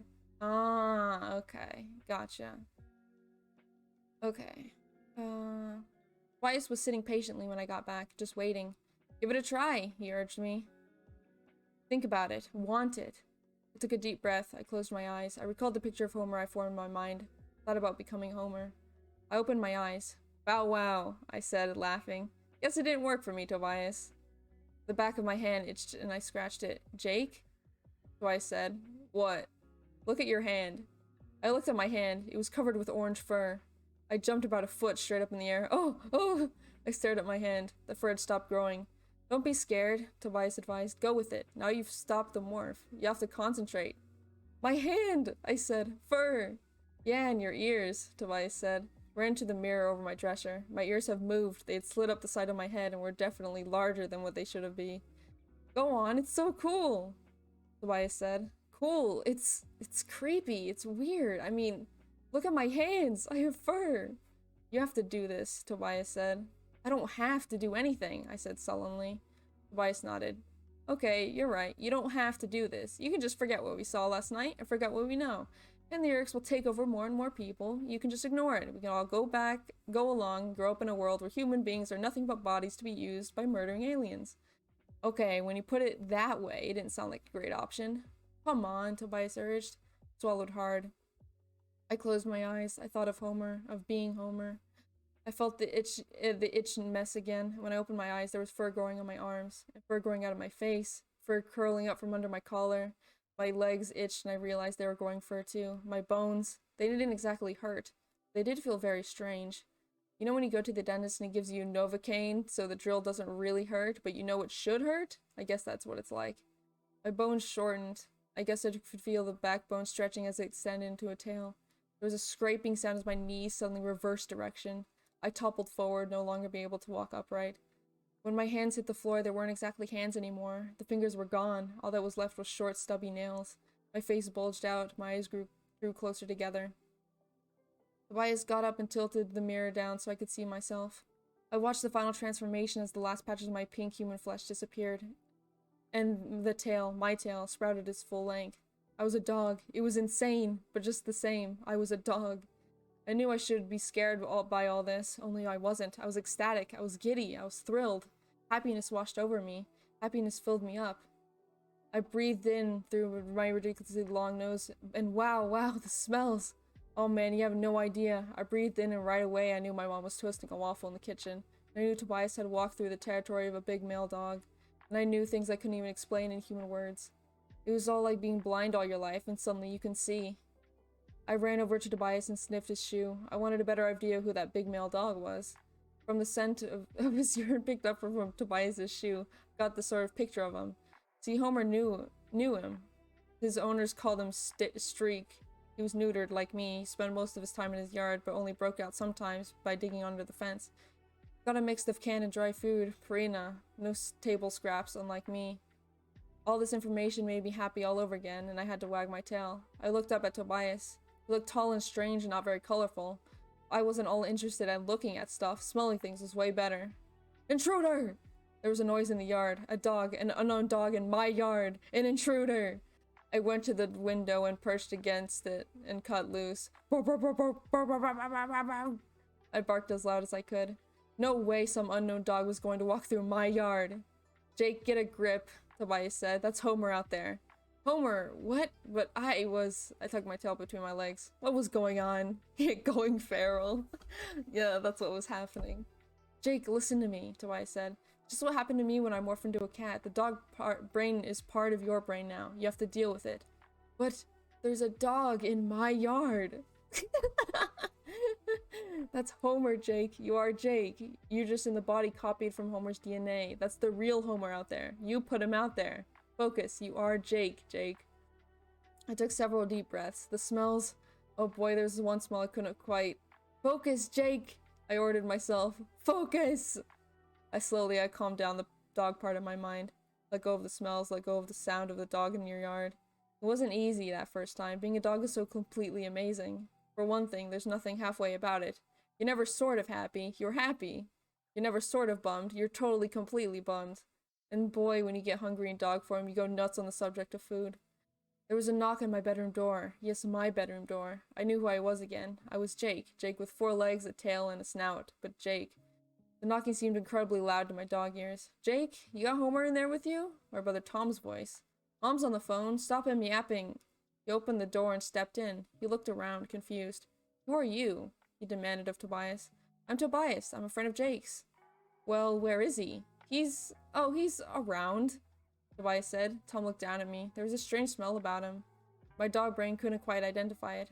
It was an unsettling, dangerous smell. Somehow in my own mind, I heard the echo laugh. A very human laugh that I'd heard the night before, as Vista 3 swallowed the Andalite whole. Bad dog, Tom said to me. You keep quiet. Bad dog. Then he left. Okay, so it's definitely alluding to, like, the fact that his brother is probably a controller. Like, that had to give something away. There's no way.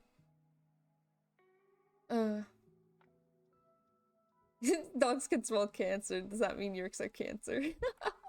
Yeah, I would say that. Imposter. Sus. Incredibly sus. I was devastated. I wasn't a bad dog. Not really. I was just barking because some other dogs were in my yard. Bad dog? Was I a bad dog? No, I wanted to be a good dog. I crept in the corner, utterly miserable. Tobias knelt down and patted my head. When he scratched me behind the ears, I felt a little better. Oh, heck. Chapter 10. I called all the others... Good boy. Yeah. I called all the others on the phone after I got done morphing into my normal body. Tobias took off on his own, saying he'd hook up with us later at Cassie's farm. I was on the kitchen phone with Cassie when Tom came in. Oh, there you are, he said. I covered the mouthpiece. Yeah, Tobias said you were looking for me before. I just wanted to shut your dog up, Tom said. He turned a chair around backward and straddled it. I hesitated. Nothing wrong with scratching your homies behind their ear. I know, only the closest of homies get to take part in those kinds of activities. I hesitated. For some reason, I didn't want to talk to Cassie with Tom listening in. I'll just see you there in a couple hours, okay? I told Cassie. I hung up. I looked over at Tom. He's bigger than me. Though I'm not exactly small, his hair is darker, almost black, while mine is brown. I'd always trusted him. He wasn't like a lot of guys who'd pound on their younger brother. We were always kind of close, at least until last year or so. Somehow we weren't just spending all the time together. Partly it was because he was involved in that club called The Sharing. They did all this stuff together, so he was busy a lot of the time. Thing is, Tom should have been the very first person I told about all the stuff that happened. But I was sitting here watching him munch toast. I just had this feeling. This feeling that said, no, this has to be a secret, even from Tom. Do you need to be scratched behind your ears, baby? No, no, no. That's degrading. No, no, no. I can't handle that. Instead, I told him the other thing I was afraid to tell him. I didn't make the team. I said, what team? He asked. He looked puzzled. What team? What team? The basketball team. Your old team. Oh, too bad. Too bad, he said. Too bad, I repeated. I could not believe how little he seemed to care. It's just sports, he said. He munched on another big bite of toast. Just sports? Bro. Vampy does not want to be made to purr on stream. Ah! Don't expose me. Just sports? I couldn't stop repeating what he said. Tom saying sports were no big deal. No way, he lived for sports. Yeah, I guess I just don't have your total skill. He shrugged. Well, I quit the team anyway, a couple days ago. Practically fell off my chair. You quit? You quit the team. They didn't even talk to me about it? What's the deal? I didn't say anything because I knew you and Dad would make a big thing of it. Look, there are more important things than throwing balls through hoops, he said. He had this mysterious look in his eyes. I figured he meant girls were the more important thing. Besides, he added, you do much cooler stuff at the Sharing. Maybe you should join up. I was stunned. Obviously, Tom and I were further apart than I'd realized. When we were done talking, I headed outside to mow the lawn. I mow the lawn every Saturday. It's my major chore. That and taking out the trash, which I hate, because we all have to do this recycling stuff. When I was finally done mowing and trimming and raking, I hopped on my bike and took off. Dude, the Sharing is obviously a cult. More important thing than sports? Obviously an alien body snatcher. Yeah, the one takeaway is if someone doesn't like sports, they got their body snatched. 100%. When I was finally done, oh yeah. I had arranged with everyone to hook up at Cassie's farm. It isn't exactly a normal farm though, although it had been in the old days. Still have horses and a cow. Now the big red main barn is a wildlife rehabilitation clinic. Cassie's father runs it. They take in any kind of injured animal except pet-type animals. There are always lots of birds along with squirrels and a deer and skunks and so on. Sometimes they get a bobcat or a fox or even a wolf. I knew that was sus all along. Wait, I don't like sports. Is my body snatched? This sounds very similar to an episode of an old family sitcom where some teenager goes to a cult. Yeah, it sounds similar to a lot of things, but it's like different and unique because they can morph into animals. That's what it is. It's unique. It has the similarities, but, you know, it's its own thing. Cassie's mom is a vet too, but she works at the gardens. That's this huge amusement park that also has a zoo. Or I guess they call it a wildlife park. Luckily, Cassie really loves animals. It would have been really hard having her parents if she didn't really love animals. Me, I have a dog. Tobias has a cat. Cassie has everything from porcupines to polar bears. By the time I got there, Marco, Tobias, and Rachel were already waiting outside the barn. Rachel had her face turned up to catch the tanning rays of the sun. Cassie wasn't there yet. I figured she would be doing chores. She had tons of work to do around here. Hey guys, I said. Rachel opened her eyes and immediately thrust a newspaper at me. Look, she said, pointing to an article. I started reading the article. It wasn't very long. It said the police claimed that there had been a disturbance in the construction site the night before. It said several people had called, claiming they'd seen flying saucers land there, followed by bright lights. Cool, I said, looking up. So the cops know about it. Now, that's a relief. Keep reading, Rachel said. The article went on to say the police arrived on the scene and found a group of teenagers playing with fireworks. The teenagers had run away. Fireworks were discovered at the scene. Police spokesman had laughed at the reports of flying saucers. It was just a bunch of kids playing where they shouldn't have been, he said. There were definitely no flying saucers. People shouldn't be so quick to believe nonsense. This is a total lie, I said. Ding, ding, ding, ding, ding. Correct answer. Johnny, tell our contestant what he's won, Marco said. Didn't you see that last part? Rachel pressed. I read the last sentence. It froze me up good. I can tell you, police were offering a reward for information on the teenagers. They were looking for us, Marco said. Why would the police be... I mean, why would they lie? Oh... Okay, so the controllers already have the heckin' police. That's the only reason that they would make this all up, isn't it? I wondered aloud, but the answer was pretty obvious. Marco laughed his sardonic laugh. Let's see, Captain Brilliant wouldn't be because the cops are controllers? Dude. Yeah. Probably not all cops, Tobias pointed out. The police have been infiltrated by the controllers.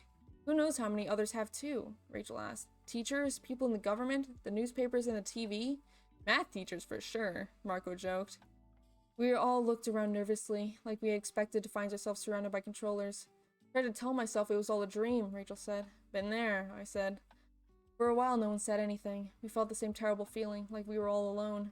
Like suddenly we were dealing with stuff that was way, way, way over our heads. Marco spoke first.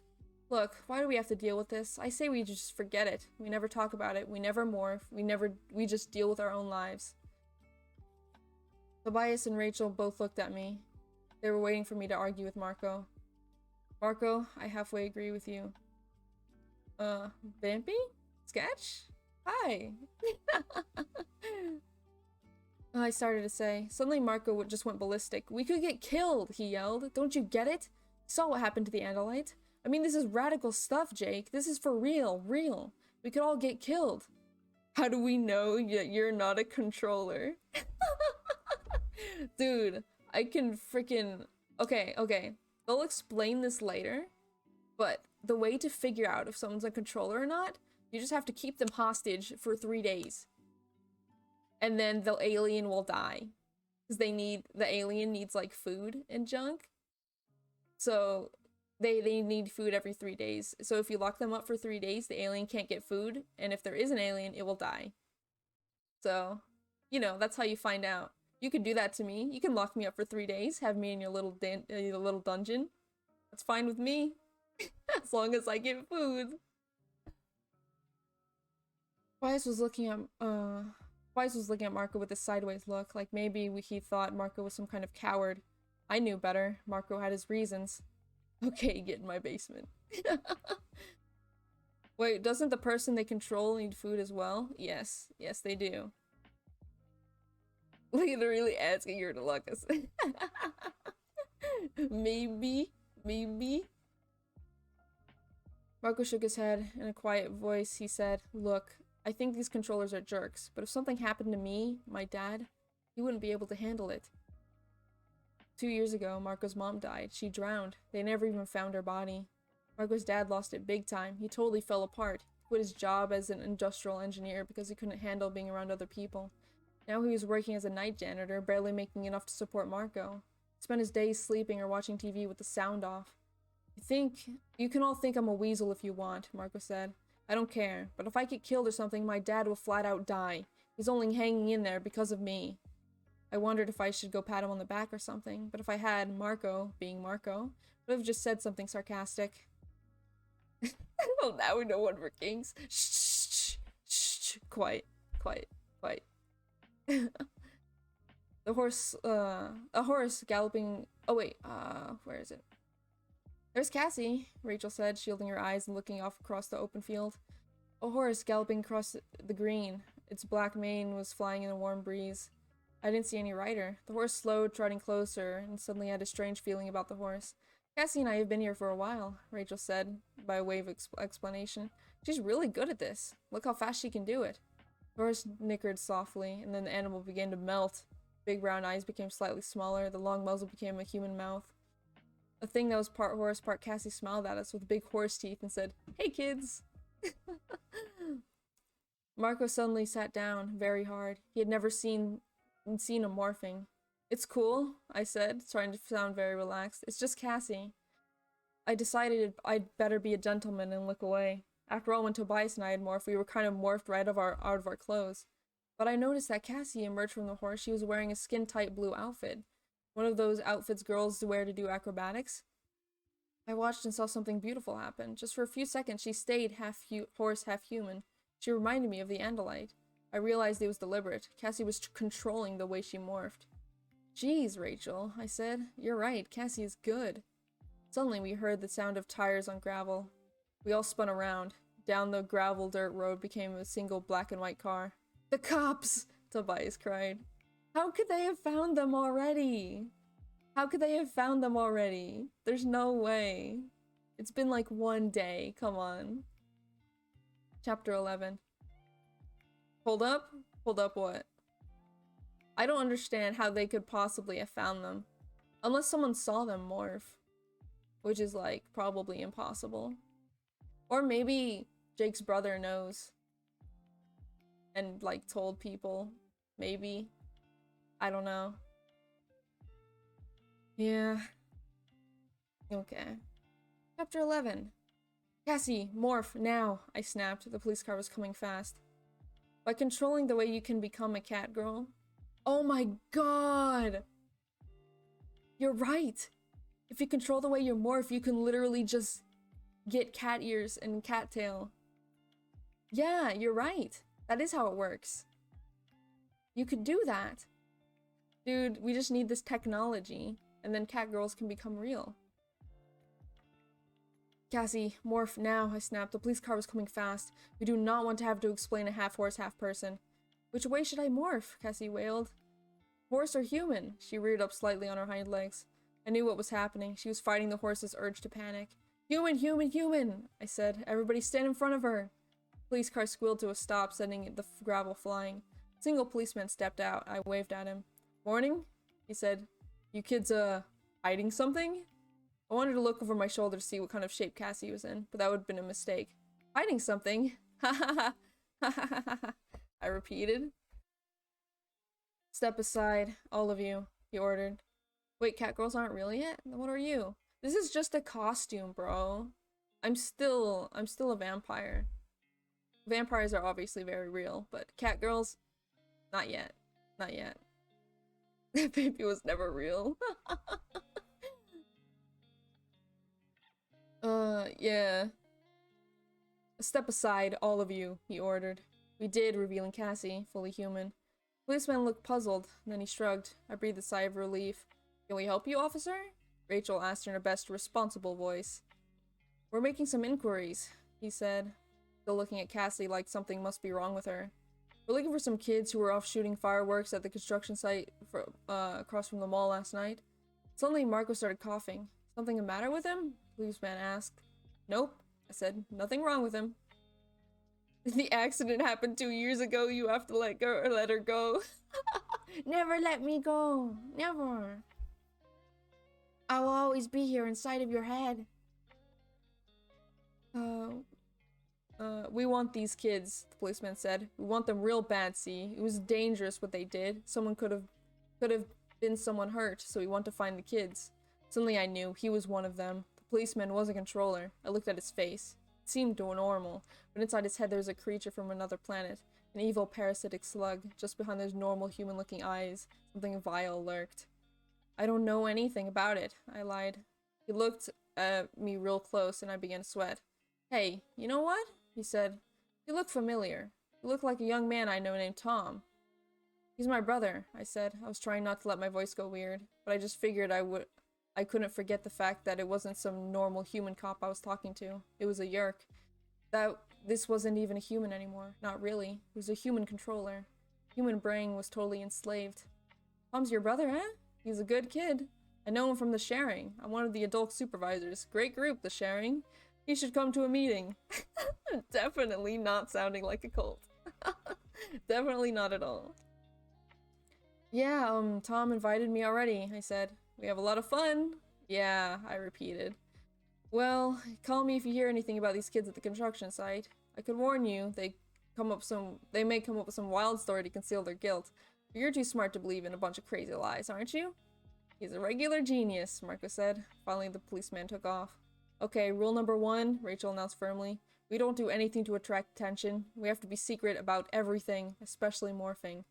Cassie looked embarrassed. Yeah, it was stupid of me. Man, it's so amazing running like that, out in open spaces, running and running. How'd you even manage to morph with clothing? I asked. Tobias and I did it. Well, let's just say it's a good thing neither of you girls were around.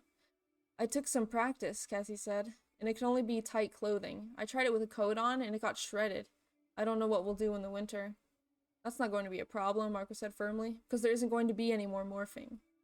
Maybe Marco was right, Rachel said. This is too big for us. We're just kids. We need to find someone important to tell this to, someone we can trust. We can't trust anyone, Tobias said flatly. Anyone could be controller. We tell the wrong person and we're all dead. The whole world would be doomed. I don't want to stop morphing, Cassie said. Do you realize all we could do with this power? We could communicate with animals, maybe. Help save endangered species. Humans may be the next endangered species, Cassie, Tobias said quietly. What do you say, Jake? Cassie asked. Me? I shrugged. I don't know. Marco's right. We could all get killed. Rachel's right. This is too major for a bunch of kids. I hesitated. I didn't like what I was about to say. But Tobias is right, too. I mean, the whole world is in danger, and we can't trust anyone. So, what do we do, Mr. Protagonist Man? Rachel demanded. Hey, it's not up to me to decide, I said haughtily. Let's take a vote, Rachel said. I vote we try to live long enough to get a driver's license, Marco said. I vote we do what the Andalite said. Fight, Tobias said. We've never even been to a fight, Marco sneered. You can't handle the punks at school. Suddenly now you want to kick butt on that Visser 3 freakazoid? Tobias said nothing, but a blush spread up his neck. I vote with Tobias, Rachel said, giving Marco a dirty look. Wish we could all dump this on someone else, but we can't. Let's think it over for a while, Cassie said. This is a big decision. I mean, it's not like we're just deciding whether to wear jeans or a skirt. I was relieved. Thank goodness for Cassie. Yeah, let's just wait for a while, I agreed. In the meantime, no one say anything to anyone. We'll just go back to a normal life. There was a smirk on Marco's face. He thought he'd won, but I wasn't so sure. Tobias was still blushing. He sent a secret, grateful look to Rachel. Marco and I took off toward my house again, trying to act normal. Talked about the baseball season. We talked about who was going to slaughter who in Dead Zone 5, which is a CD game we were going to play on the computer. CD games? Oh, dude, those don't heckin' exist no more. Whoa. By the time we reached my house, we'd run out of stuff to talk about. We played Dead Zone for a while. Neither of us did very well. Face it. Games just weren't all that interesting anymore. My mind was totally not there. Tom came in after a while. Hey guys, he said. Can I give that a try? It had been months since Tom had done anything with me like play a game. Sure. Marco moved over and gave Tom the control stick. We played for a few minutes, and Tom did pretty well. But then it was like he got bored or something. Gave the controller back to Marco and just sat and watched. You guys hear about all the stuff with the construction site last night? He asked me. Marco jerked in surprise. What stuff? I said. It was in a newspaper, Tom said casually. There were some kids there shooting off fireworks. A bunch of morons who lived there decided it was flying saucers or something. He laughed. Flying saucers, right. Marco and I laughed too. Yeah, it was just these kids playing with fireworks, Tom said. Uh-huh. I was trying very hard to concentrate on the game. You were out at the mall last night, weren't you? Tom asked me. Uh-huh. Did you come back through the construction site? Shook my head. No way. Didn't see any kids hanging around there, maybe? Nope. It's not like I'd get them in trouble, Tom said. I mean, I think it's kind of cool. They're just shooting off fireworks and they get all these people terrified of flying saucers. Uh-huh. Flying saucers, he said, laughing again. Only complete dibs believe that kind of stuff. He leaned in close. You don't believe that, do you? Aliens and spaceships and little green men from Mars. Oh my god. Oh. That's so stupid. I wanted to say no, none of them had been little or green, but I just said no way. Tom nodded and stood up. Cool. You know, Jake, I feel like we haven't been hanging around much lately. I guess not, I agreed. That's too bad, he said. He snapped his fingers like he just had an idea. You know, you should join the sharing Marco too. Why should we join? Marco asked. Tom just grinned. I gotta go, he said. He gave me a playful punch on the shoulder. Catch you guys later. Don't forget, let me know if you hear anything about those kids at the construction site. He left. Marco looked at me. Jake? He's one of them. What? Tom. Tom is one of them. Your brother is a controller. Ah, now though, Jake's gonna have so much heckin' copium. It's like, no, no, not my brother. No. Oh my gosh. Chapter 12. I swung my fist and caught Marco on the side of the head. He jumped back and I swung again, but Marco was quick. He dodged my second swing and I slipped and went down. Marco snatched the bedspread off my bed, threw it over me to tangle up my arms, and sat on me. Jake, quit acting like a stupid jerk, he said. I was trying to grab him, but he got me pretty good. Take that back, I yelled. Not likely, Marco said. I think it's just a coincidence he all of a sudden is interested in what happened at the construction site. I knew it looked bad. Even while I was struggling to get free and kick Marco's butt, I had a sudden flash about the smell I'd noticed on Marco when I was morphing into a dog. And then there was that laugh I heard at the sight. But no, this was Tom, my big brother. Tom would never ever let those slimy creeps into his head. Never. I'll let you up if you calm down, Marco said. Look, maybe I'm wrong, okay? Stop struggling, and Marco let me up. You have to admit, Jake, it doesn't look good. Tom is not one of them, okay? That's final, I said. Whatever, Marco said. Just don't punch me again, because I might have to hit you back. Then I heard this fluttering noise at my window, like someone beating on it very softly. I went to the window, followed by Marco. There was a bird there. Some kind of bird, huge bird like an eagle or hawk, beating its wings against the window. Let me in, all right? I can't hover here forever. Marco's eyes went wide. He heard it too. I opened the window and the bird flew straight in and landed on my dresser. It was almost 2 feet long, mostly brown, with gnarled talons and a sharp hooked beak. Some kind of eagle or something. I didn't expect Among Us 2 to have a story. You know, I freaking love stories like this. Where it's like, oh, it could be anyone. It's like The Thing, you know? Almost. Is that you? A red-tailed hawk, actually, Tobias said. Is that you, Tobias? Marco demanded. I thought we weren't going to do any more of this morphing. I never agreed to that. Well, morph back, Tobias. You know what the Andalite said. Never stay in a morph for more than 2 hours. Tobias hesitated. He tilted the hawk's head and peered at me with incredibly concentrated gaze. At last, he hopped over to my bed. Let me tell you something. It is beyond weird watching feathers turn into skin. The brown feathers ran together and merged and turned pink. It was like feathers were melting. Like they had turned into wax and were being heated up. The beak disappeared quickly and lips grew out of it. The talons split into 5 and became toes. Halfway through the process of changing, Tobias was a lump, half pink, half brown, with feather-like patterns still on his back and chest. His face was small and mostly human, except that he had those sharp, alert hawk eyes. 2 tiny shriveled arms protruded from the front of his chest, with fingers like a baby's. All in all, it was a pretty disgusting sight. But the human DNA asserted itself over the hawks and became more normal. About 3 minutes after, Sifter? 3 minutes after, right? After he started the change, there would be completely normal Tobias sitting naked on the end of my bed. Oh my god. I haven't figured out how to morph clothes yet, like Cassie, he said sheepishly. Can I borrow some? I loaned him a pair of pants and a shirt, but all my shoes were all the wrong size.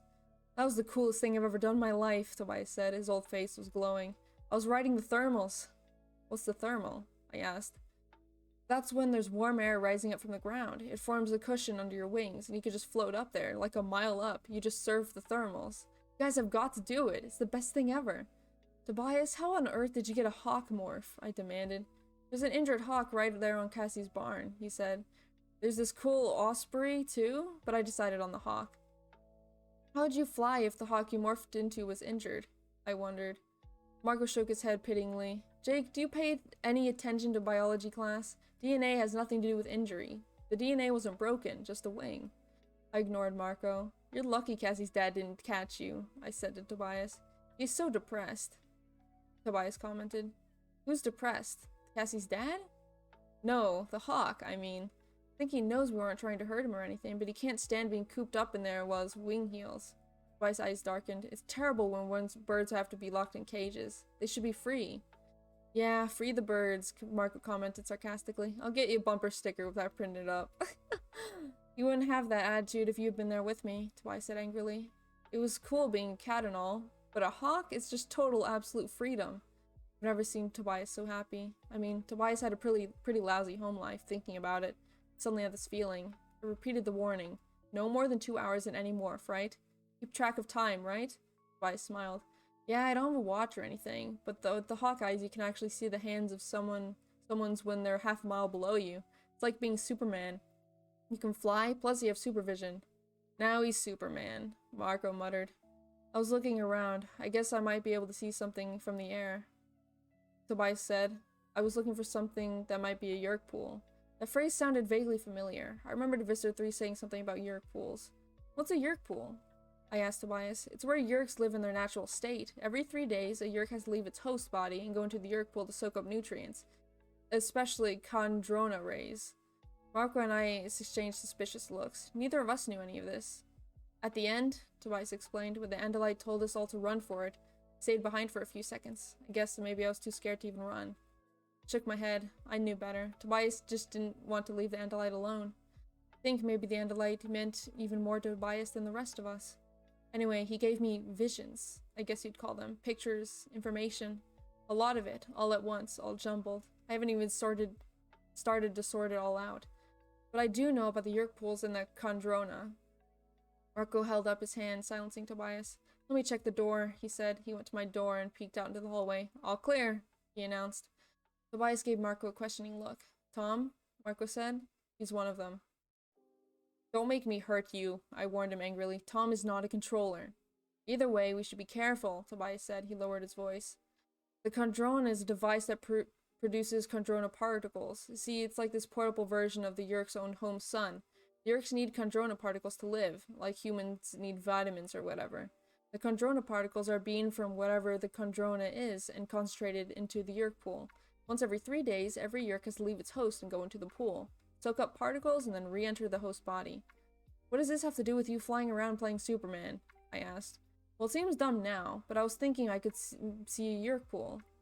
He made a rueful smile. I saw a lot of swimming pools and some ponds. You get there and you realize there are lots of ponds and lakes and streams everywhere, but I didn't see anything special. What if you found some yerk pool? Then what? Marco demanded. Then we'd blow it up. Tobias said. Wrong, Marco said. We decided not to get into this. No, we decided not to decide yet, I said. Well, I've decided. Suddenly, the wimp is the hero, Marco sneered. Wow. This time Tobias didn't blush. Maybe I just found something worth fighting for, Marco. You don't even fight for yourself, Marco said. Oh my god. That was before, Tobias said softly. Before the Andalite, before he died trying to save us. I can't let that go. I can't let him die for nothing. Whatever you guys decide, I'm going to fight. Oh. I'm on Tobias' team. Like, I understand Marco's point of view, but no. But no. The base Tobias, I know. Like, Marco is so freaking mean. Like, I get it, he's trying to defend himself, but like, you don't even fight for yourself? Like, bruh. That's savage, man. That's savage. Okay. I'm gonna rest for like 3 minutes and then we can continue reading.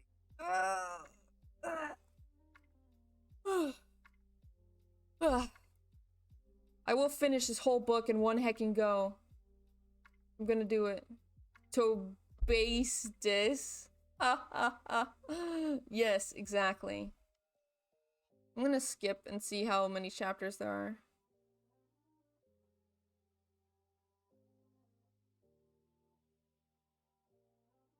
Oh no, did I break it?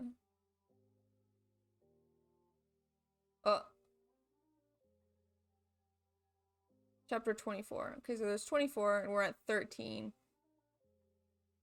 So we just got 10 chapters left.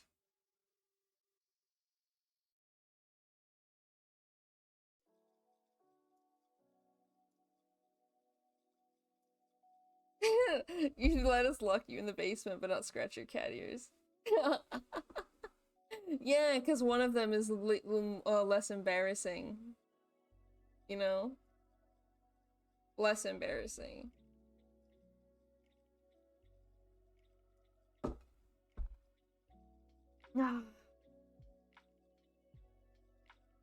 Alright. Since we're gonna be reading off a PDF, I'll actually link PDF in description when I post it to YouTube. But, since we're doing it like this, I can't read HEWWO on the same day. Because that'd be too much hecking reading. Being locked in his basement is less embarrassing than you getting a good scratch. Yes, definitely. 100%. 100%. Not even a question.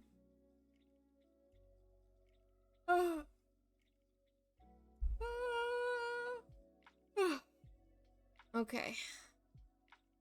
Okay. Have a smoke break. What if he got locked in the basement and then got an ear scratch? Oh, I'd die. I'd probably die then. I couldn't handle it, bro. Couldn't handle it. I'd die. The end of me. Another yawn. Also, this, right? This is what Jake looks like. That's Jake. I'm like 90% sure that's Jake. We haven't even seen the lizard morph, even though it's literally on the cover. It should be a heckin' dog on the cover or something.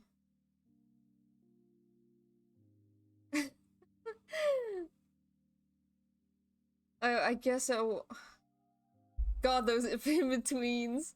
I know, they're pretty crazy, aren't they? But that's what it would look like, you know? It'd be heckin' scarring. Look at, he kind of looks like Joker in this middle one. You know where I get these scars? You know? Completely CGI though. Completely CGI. Which is fine. How else are you gonna do it, you know? Have someone actually transform? No, no, not at all, not at all. I'm the morpher, baby. It's like his soul turned into a lizard. Yeah, yeah, almost. Almost. Okay. Okay, go back into it. Chapter 13! We're halfway! It's his stand. Dude, you know you can have more than one morph, right? Like, Tobias transformed into a hawk and a cat. You can have multiple morphs. That means they have multiple stands, right? That's what that means. Oh, another one. Okay, chapter 13. We find the Yerk pool, Tobias said, and when we do, we blow it up and kill every one of those little evil slugs. Just to get Duckerbird to demonstrate what it would look like. Yeah. Animorphs Act 2. Yeah, that was a little intermission. It was a little intermission. Expected Marco to... we find the Yerk pool, Tobias said, and when we do, we blow it up and kill every one of those evil slugs. I expected Marco to start yelling, but Marco was pretty smart. I could tell that Tobias reached me with his talk about the Andalite. We just smiled, a little sneakily. Remember that cop today? The one who was so interested in finding whoever was at the construction site? Cop who was probably a controller. What about him? I said. Well, let's see. He invites you to join the sharing, and now comes along Tom. And suddenly he's very interested in whatever happened at the construction site. And guess what? Tom also invites you to join the sharing. Tobias nodded in agreement. Well, maybe the sharing is an organization for controllers. Marco smiled. He's my best friend and all, but sometimes Marco really makes me mad. We're pretty sure the cop is a controller, and I don't care what you say, Jake. I think Tom is, too. But here's the deal. You want to get into this fight against the Yerks? Marco asked me. Fine. Let's see how much you want to do when it turns out your own brother you have to destroy. That stopped me cold. Aww. Yeah, this stream was sponsored by Sampton Antivirus. Only 5 chroma a minute.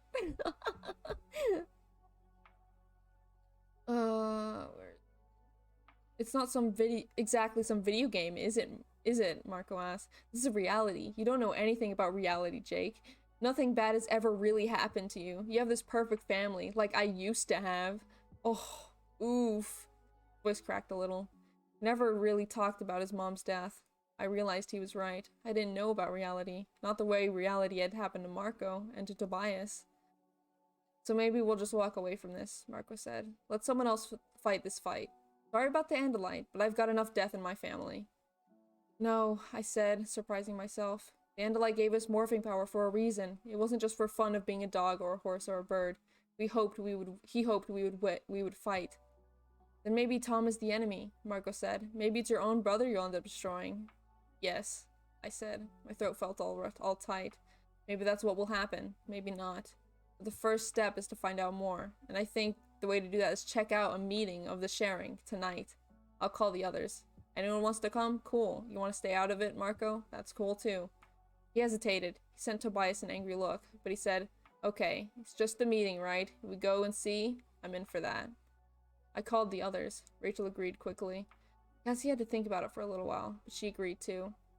I told Tom we were interested in attending the meeting. Me and Marco and Rachel and Cassie. We already decided Tobias would be there too, only in a different way. Tonight's a great meeting to come to, Tom said enthusiastically. We're having a bonfire on the beach, you know, hanging out, playing games and stuff. We play night volleyball, which is so funny because half the time guys can't even see the ball. It's great. It's the best organization. You'll love it. Listening to him, it sure didn't sound like the sharing was connected to Yerkes. I couldn't really picture Vista 3 or a bunch of taxons playing volleyball. I was thinking maybe we were just all nuts. Sharing was probably some new kind of co-ed Boy Scouts or something. It wasn't that far to the beach, so we decided not to drive there with Tom. We walked. Tobias walked partway with us, then stepped behind a dark dune as we got close to the shore. A few minutes later, we saw a hawk take flight. There weren't any thermals at night, so we had to work to get altitude. But then I guess he found a decent enough updraft because he soared all the way until he disappeared. Just become an ant to spy on it, or a spider. You won't have to worry about becoming part of the hive mind.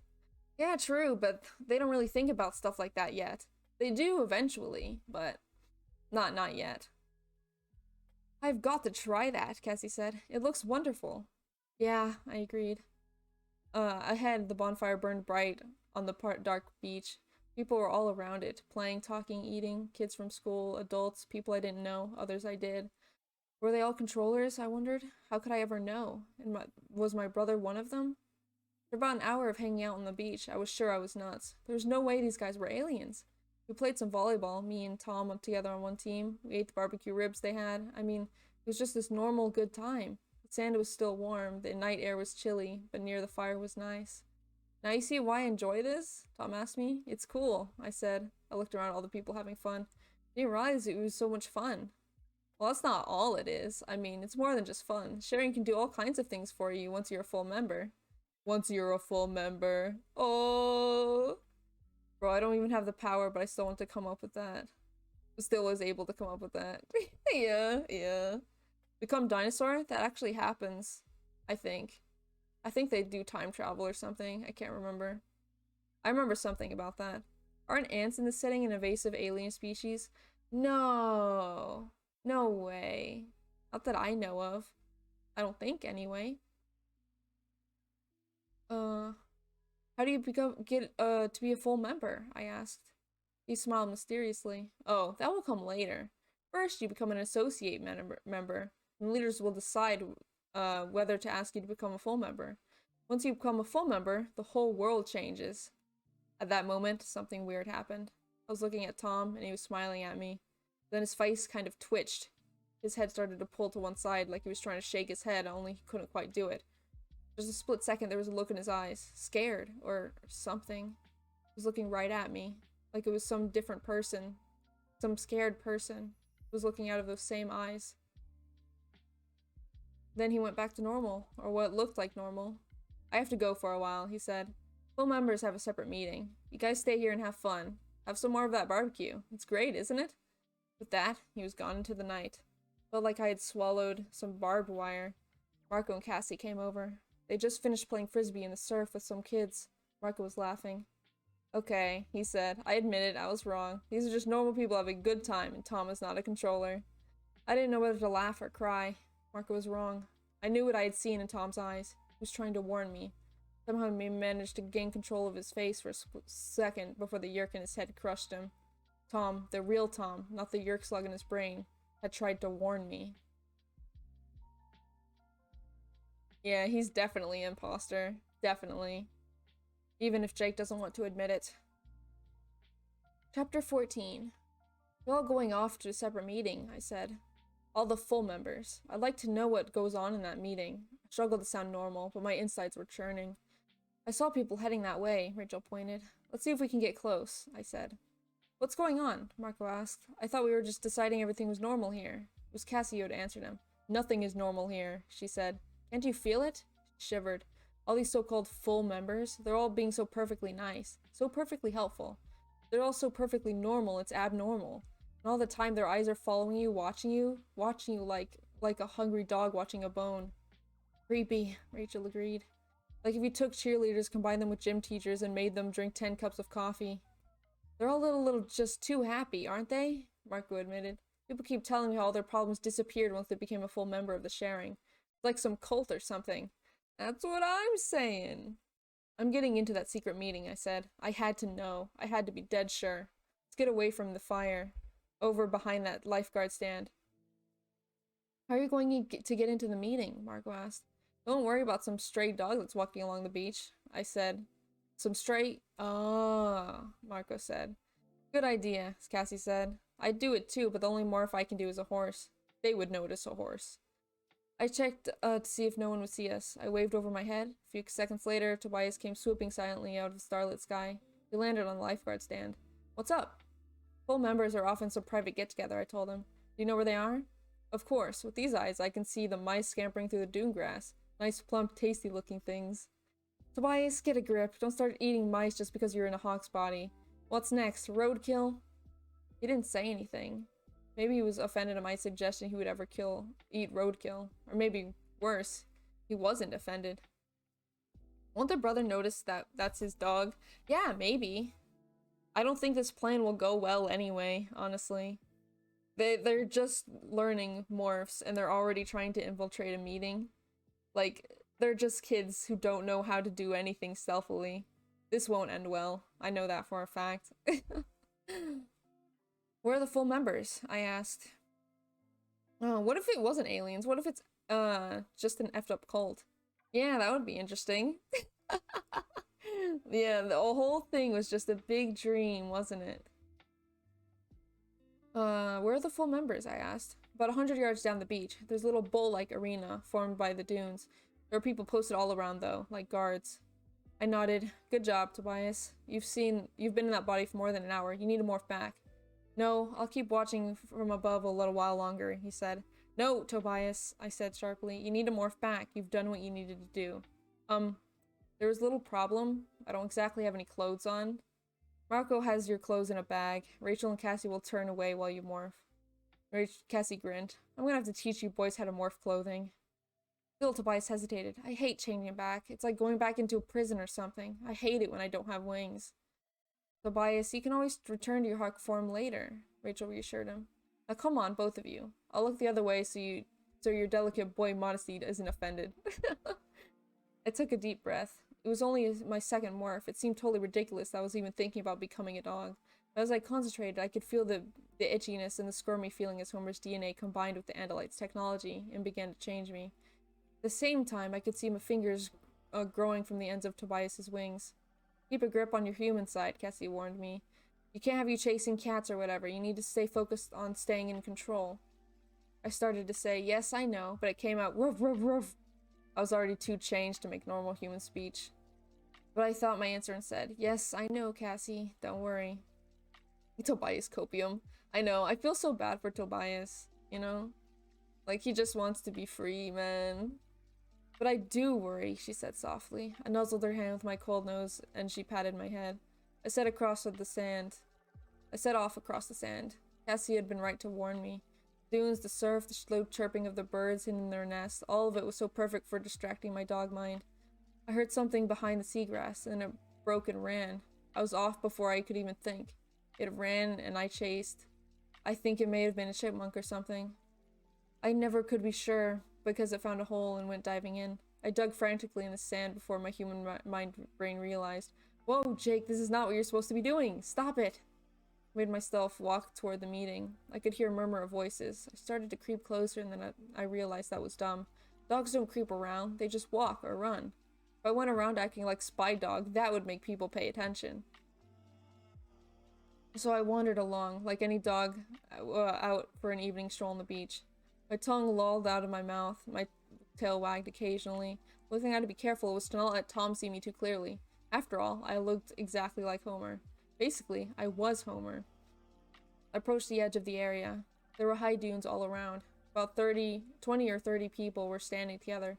Fortunately, with my weak dog eyes, I couldn't see them very well in the darkness, but I could hear them. I could hear them amazingly well. Sounds that I would barely have noticed with my human hearing were as loud as a boombox set on 9. And when I could smell, it's funny about smell. As human, you don't really get into it. But when I laid back and let my dog abilities come up, smell became as good as sight. Different, but just as good for some things. I heard Tom's voice. I smelled a subtle combination of things that meant he was not too far away. There was a man on guard, but all he did was look down at me and then look away. No one cares about a stray dog. I was beginning to realize why the Andalite has given us the power to morph. There are things you can do as an animal you can never do as a human. The members all seemed to be waiting for someone to arrive. I heard Tom say, "Should be here soon. Wait till he comes." There was a stirring, muttering sound. I heard footsteps approach. I moved closer, but stayed out of the light. "Everyone quiet, we have problems," the voice said. That voice! I knew that voice. The same voice that had been at the construction site. It was the voice that said, "Just save the head, bring that to me, we can identify it." I crept a little closer. I just looked hard to see him with my dog sight, but then, as he turned just the right way, I saw him. I recognized him. It was someone I knew, someone I saw every day at school. None other than Assistant Principal Chapman. My assistant principal was a controller. "Item 1, we still have not found the brats who were at the construction site," Chapman said.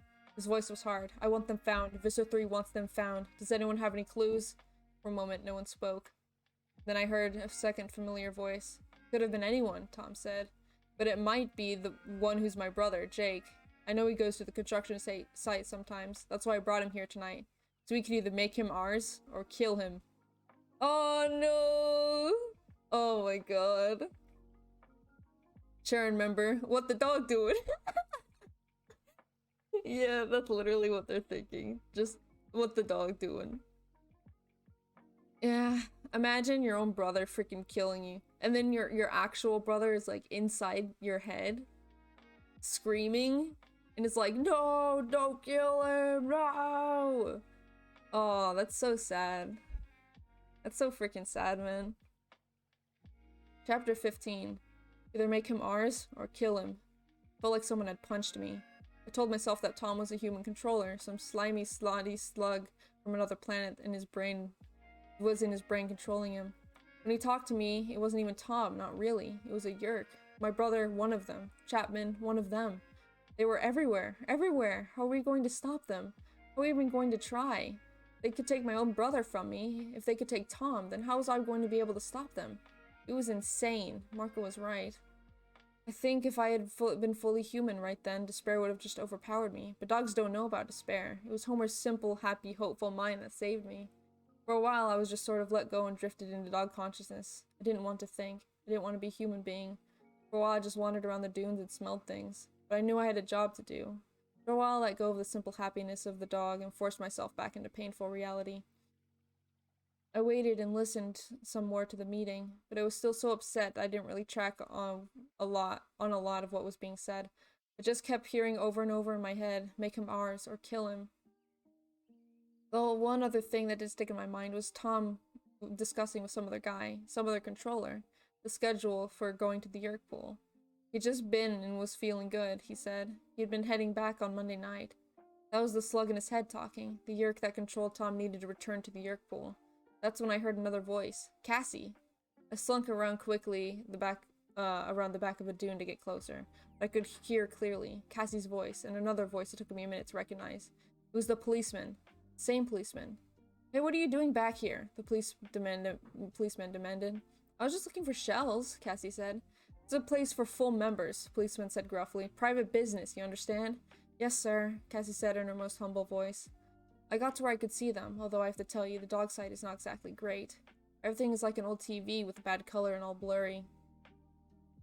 Why assistant principal rather than vice principal? Probably because the principal needs assistance, not vicing. Or he isn't competent enough to replace the principal in an event that they can't work. Ah, I see, I see. Yeah, that makes sense. That makes sense. Where's I? The policeman was staring hard at Cassie. Cassie was trying to be brave, but I could smell the fact that she was afraid. Okay, take off, the policeman said at last. But I have my eye on you. Get back with the others. Cassie turned and headed as far as she could walk. I caught up with her. I guess seeing some dog come bounding out of nowhere startled her because she jumped. Oh, it's you, I said. Yeah, that was close. What are you doing there? She shrugged. I just wanted to make sure you were okay. Come on, have some trust. He's fine. I guess it's their first mission. I have to keep remembering it's their first mission. They don't know how to do things.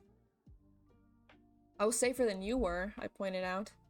We got back to the spot where Rachel, Marco, and Tobias were waiting. I didn't even want to morph back in my human body. I knew I would just let myself go again. In a few minutes my dog brain would forget why my human brain was sad. If someone would just throw a stick into the surf, I could go after it. The water would make me happy. The chasing would make me happy. Now I knew why Tobias was so reluctant to leave his hawk body. Being an animal could be a nice way to escape from all your troubles.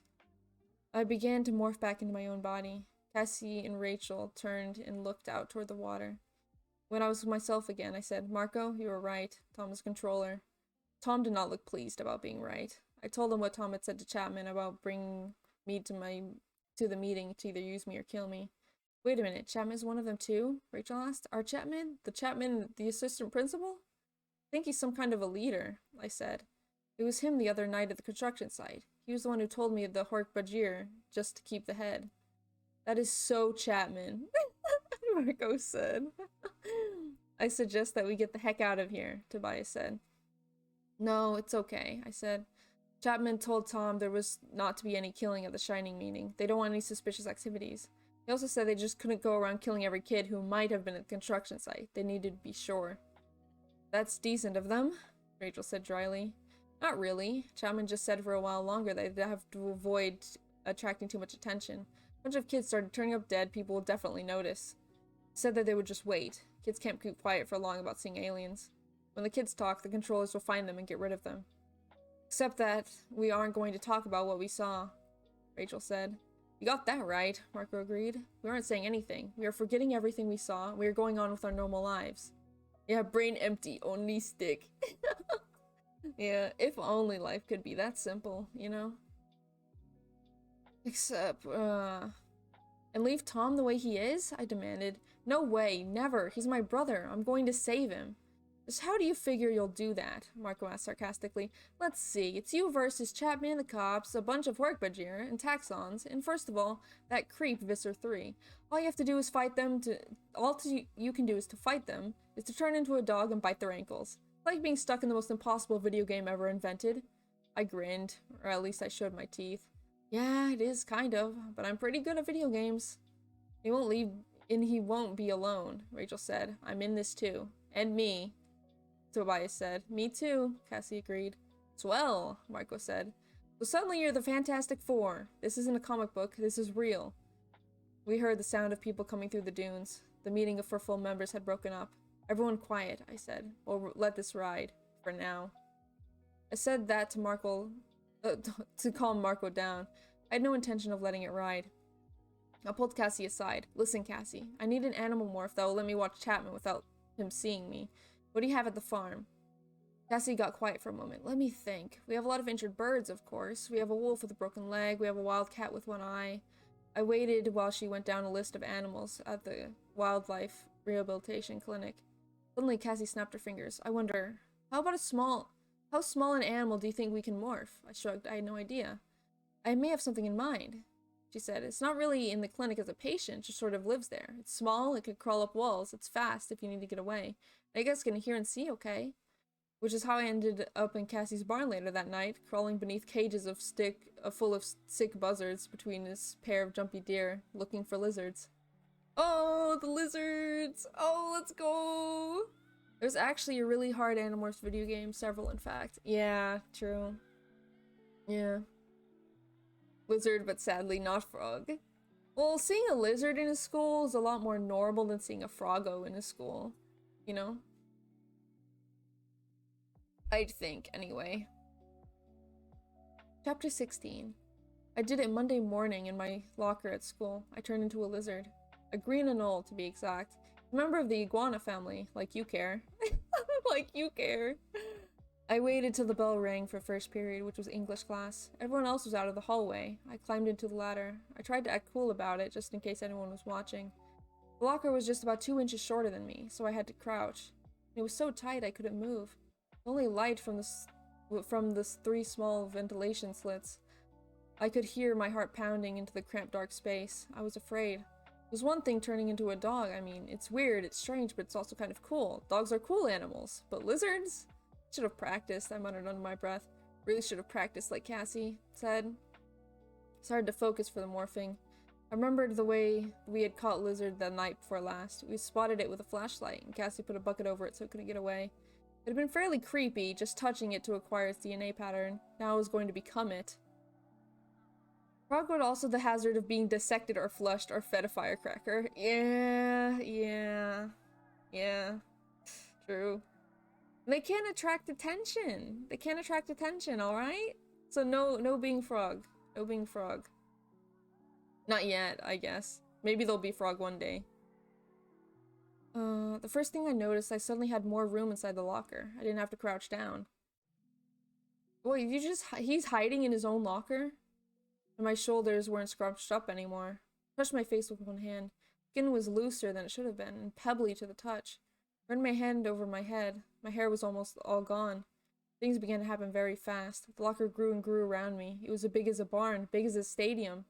It was like falling off a skyscraper and taking forever to hit the ground. I was standing on something sticky, as large as a boulder. How had a boulder gotten stuck into my locker? And then I realized it was a wad of gum. An old chewed wad of gum stuck to the bottom of my locker. Gigantic drapes as big as the sail of a ship were falling all around me. They were my clothes. As in a dim light, I could see 2 monstrous, misshapen things on either side of me. You could just make out the Nike swoosh and realize they were my shoes. The Nike swoosh? That's the logo? Oh my god.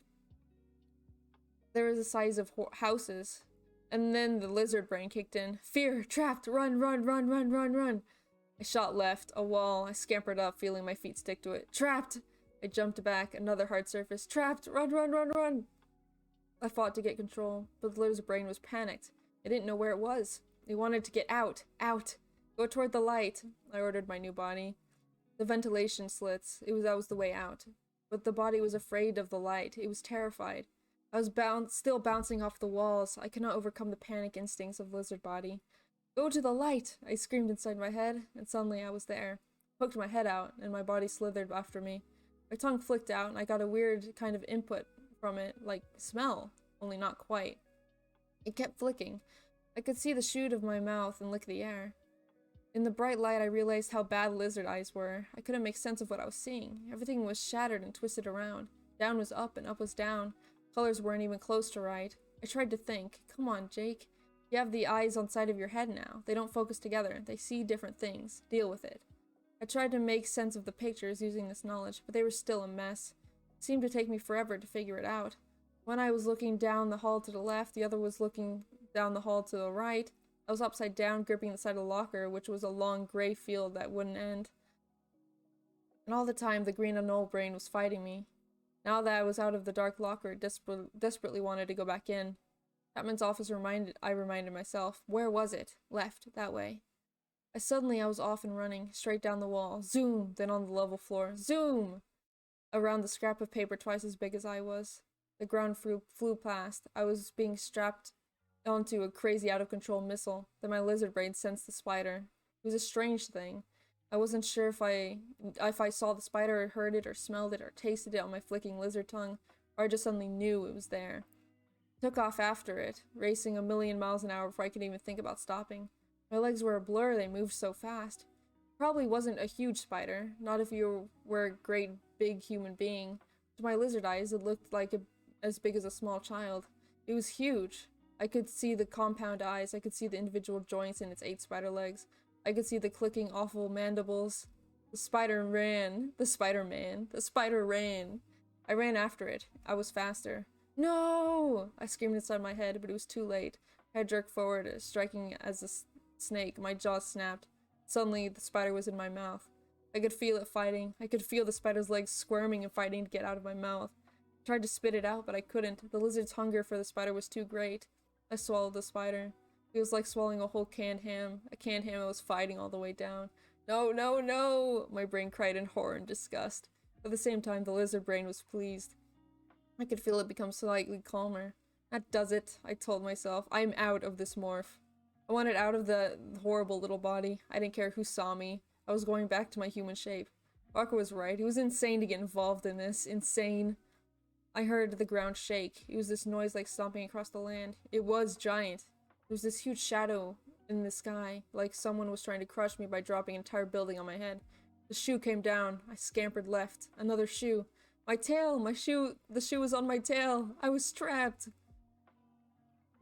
Yummer spooter snack. Yeah. Wait, can you get the DNA of an animal while morphed? I don't think so. I don't think so. I think you have to be in your, like, original form to get a morph. As far as I know. Chapter 17. Is it gonna do the lizard thing and make the tail fall off? Probably. Yeah. I think that's what it's alluding to. Chapter 17. In panic, I tried to run, but my tail was caught. Suddenly, I was free! How had that? I realized what had happened. My tail snapped off. Looking back, I saw it, still trapped by the giant shoe. It squirmed as if it were still alive. It wiggled like a worm on a hook. The shoe lifted and flew through the air again. I shot up the side of the wall and froze in place. The shoe had not seen me. It had not tried to stop me. It had been an accident, and on my tail, no, the lizard's tail. The giant walked on, shaking as the ground as it went. I focused one lizard eye on the figure. I was trying to make sense out of those carnival fun mirrors. But even so, I was pretty sure it was Chapman. I watched him head down the hall, and with all my power I ordered my lizard body to follow him. I tried not to think about the spider in my stomach, or the fact that it was still not completely dead. I tried not to think about the fact that part of my body was back on the floor, jerking like it was still alive. I just raced along after Chapman. Yeah, that sucks. The spider would have been useful. Oh, definitely. The spider would have been heckin' awesome. I think a spider is more awesome. So that means when he turns back, he'll have a leg missing? No, the, injuries don't transfer. Injuries don't transfer at all. So, when he goes back human, it'll be perfectly normal what he used to be. Yeah, morphing heals you, basically. It doesn't heal you, it just returns you to your past form. You know? Let's see. Because Chapman might reveal something that would help Tom. I planned to follow Chapman to his office. I'd hide under his desk and listen to him make phone calls. Figured as sooner or later he might let something slip about the location of the Yerk pool. Cassie and I had talked about it. She said it would take days of hiding in Chapman's office before we learned anything. Besides, we could only stay in more for 2 hours. And meanwhile, I would be skipping class. Sooner or later, I'd get in trouble over that. And the funny thing is, they'd catch you skipping class, you get sent to the assistant principal, Mr. Chapman. I could just imagine the scene. Sorry I skipped class, Mr. Chapman. I've been to this lizard body watching you because I knew your controller and part of a giant alien conspiracy to take over the Earth. I would have laughed, only lizards can't laugh, so I just followed Chapman as he marched down the hall. Suddenly he stopped. Were we at his office? Looked around as well as I could. It didn't look like the office. Better gave a kick in my stomach. He opened the door. It swung right over me with a rush of air, and I just went above my head as I hugged the floor. I concentrated on making sense of sights. Wait a minute. This was a janitor's closet, a mess of mops and buckets and cleaning solutions. What was Chapman doing? He went inside. I followed, careful to stay away from the high leather walls that were his shoes. I heard a loud click. He had locked the door behind him. It was a long way from the floor, but I could more or less see him doing things to the sink faucet. I thought he grabbed one of the hooks they used to hang up dirty mop heads. He was pretty sure he twisted it, but I could hear a squeaking sound. To my total complete amazement, a wall opened. There was a doorway where the wall had been. Strange smells and stranger sounds wafted up from inside the doorway. Chapman stepped through. There were just stairs just inside, heading down the purple-lit pit from far away as if it came from 100 miles down. Heard a faint sound. It was a scream. A scream of fear and despair. A human voice crying out in the darkness of that horrible place. No, the voice moaned. No! I knew what that scream meant. I knew what was happening. Somewhere down there, a human being was feeling the Yurk slug slither inside its brains. Somewhere down there, a human being was being turned into a mindless slave of the Yurks.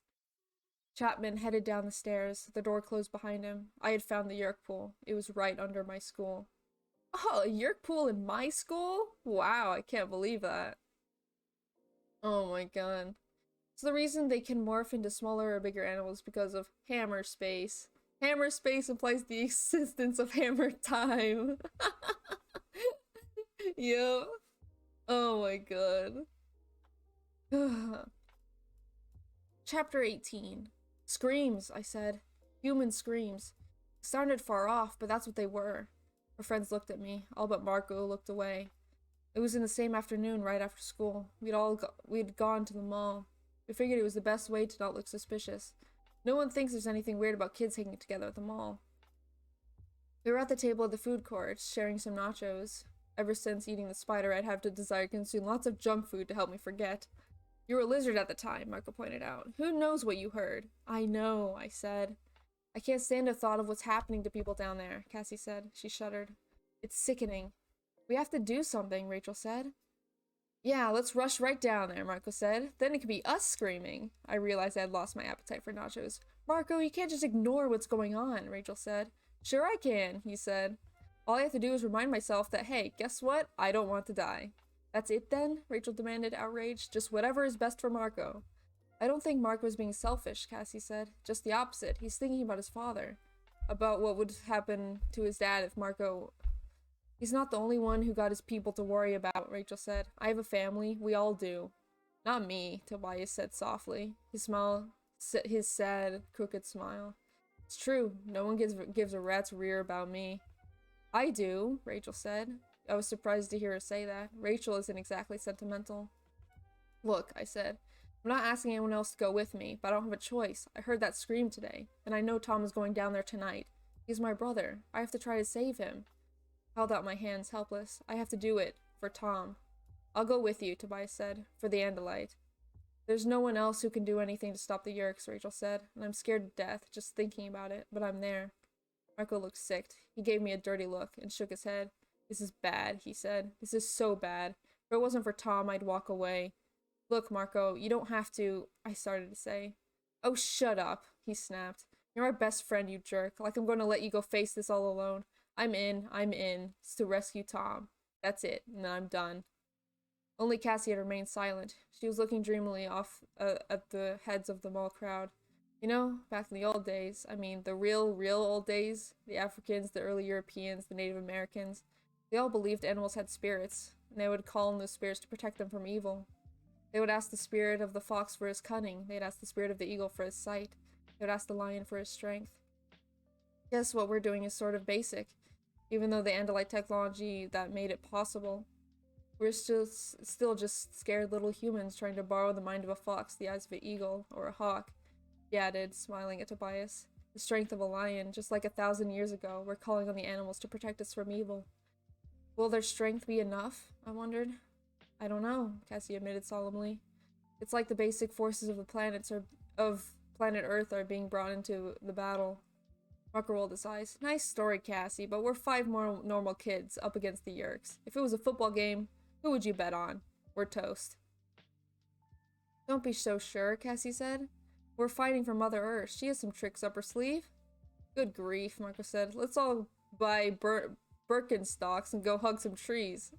Birkenstocks? Look, I'm not that old. I'm not that young or old, but what the heck is that? What is Birkenstocks? We all laughed, including Cassie. Ha ha ha! Cassie is right about one thing, Rachel said seriously. The only thing we have going for us is the animal morphing thing, and so far the only morphs we've acquired are a cat, a bird, a dog, a horse, and a lizard. I think we need a little more firepower. We should head for the gardens. We need to acquire more DNA. From some animals that are not going to be easy to acquire. I nodded. Yeah, I don't think a hawk, horse, and lizard team is going to impress the Yurks. Rachel's right. I think we have to head to the gardens. We need to get some help from Mother Earth's toughest children. I looked at Cassie. Can you get us in? I can get in for free, she said. You guys will have to pay, but I can use my mom's employee discount, so it'll be cheaper. Oh, I'm sure we could talk them into letting us in for nothing, Marco said. Just tell them we're Animorphs. Tell them we're what? Rachel asked. Idiot teenagers with a death wish, Marco said. Animorphs. I tried to word out. It sounded okay. Aw, name drop. Name drop. Aw. Marco, the one that didn't want to do it at all. He's the one that comes up with the name. Birkenstocks are $150 shoes. Oh, okay. Gotcha. Just become an emu. Those things won a war. Yeah. Just the freaking army of emu. That's what we need here to defeat the Yerks. Oh, I'm gonna get some water. Oh.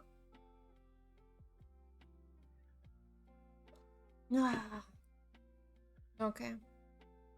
Chapter 19. Left straight from the mall, hopping a bus out to the gardens, which is clear across the city.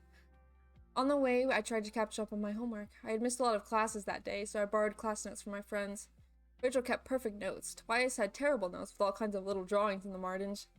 It took a while before I could figure out what they were. They were buildings and people and cars, the way they looked from high up in the sky. I don't really need to go in, Tobias said as we pulled our limited cash to buy tickets. I'm happy with just my Hawkmorph. I don't want to be anything else.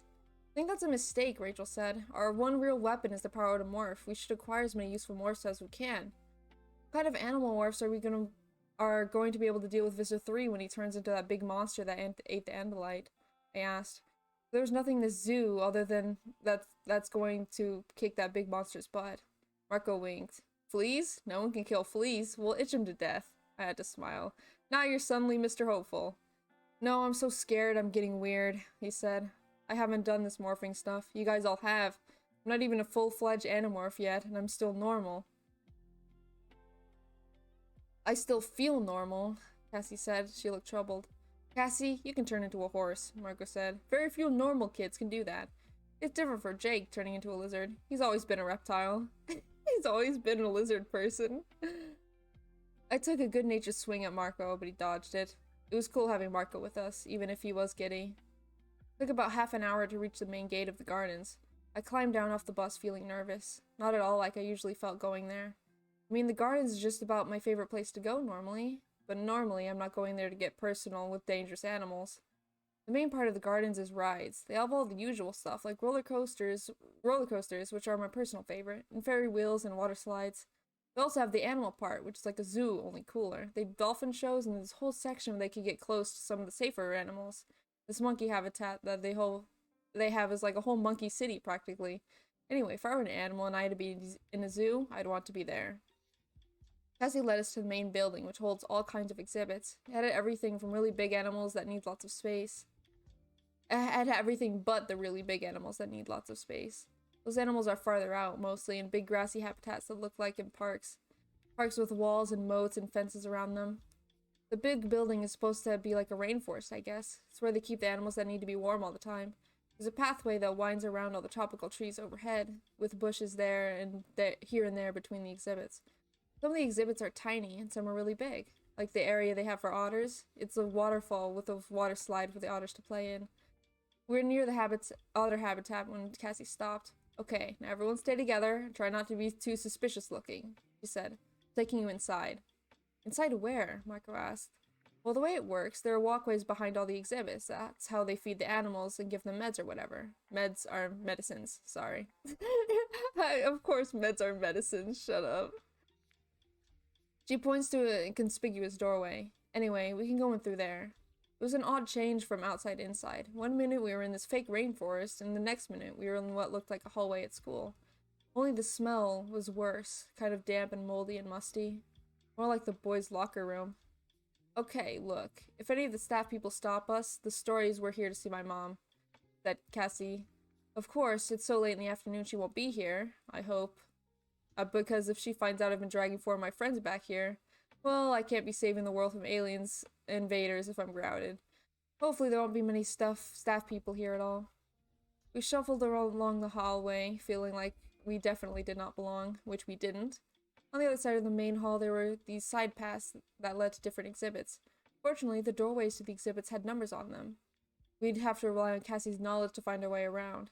Behind some of the doors were animals you didn't want to just walk in on. How do you guys feel about gorillas? Cassie said. He had stopped one of the numbered doors. This is Big Jim's cage. He came over from another zoo, so he's in his own private environment for now. He's very gentle. Slowly it dawned on me what Cassie was saying. Oh, you mean does one of us want to acquire his DNA? That is why we're here, Jake. Rachel pointed it out and batted her eyes at Marco. How about you, Marco? Have you always wanted to be a big hairy guy? Marco didn't look like he was crazy about the idea, but I knew how to handle Marco. Maybe Marco should try something easier for his first morph. You know, like a cuddly little koala or something? That did it. Koala? Marco said, giving me a dirty look. Open that door, Cassie. He hesitated. He said gentle, right? Gorillas are extremely gentle, Cassie said, then in a quiet voice. He said, unless you make them mad. Cassie opened her backpack. She then took an apple and handed it to Marco. Here, you just open the door. It's the way it's set up, none of the visitors will be able to see you unless you walk clear out into the cage. Besides, there's an extra security gate, so we can't just jump out and you can't just walk in. So we just open the door and hope Big Jim feels like eating. Behind the door, there was a second door of steel bars with a little cutaway section for the handlers to shove the food through.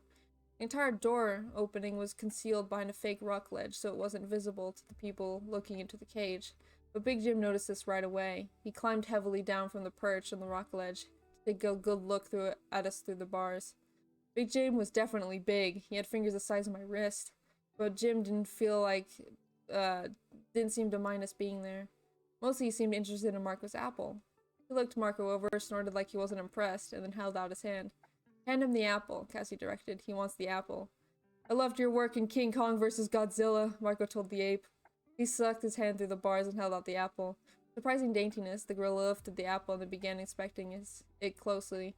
Hold his hand, I said. Yeah, right, Marco laughed. When you acquire the DNA, the animal goes into a trance-like state.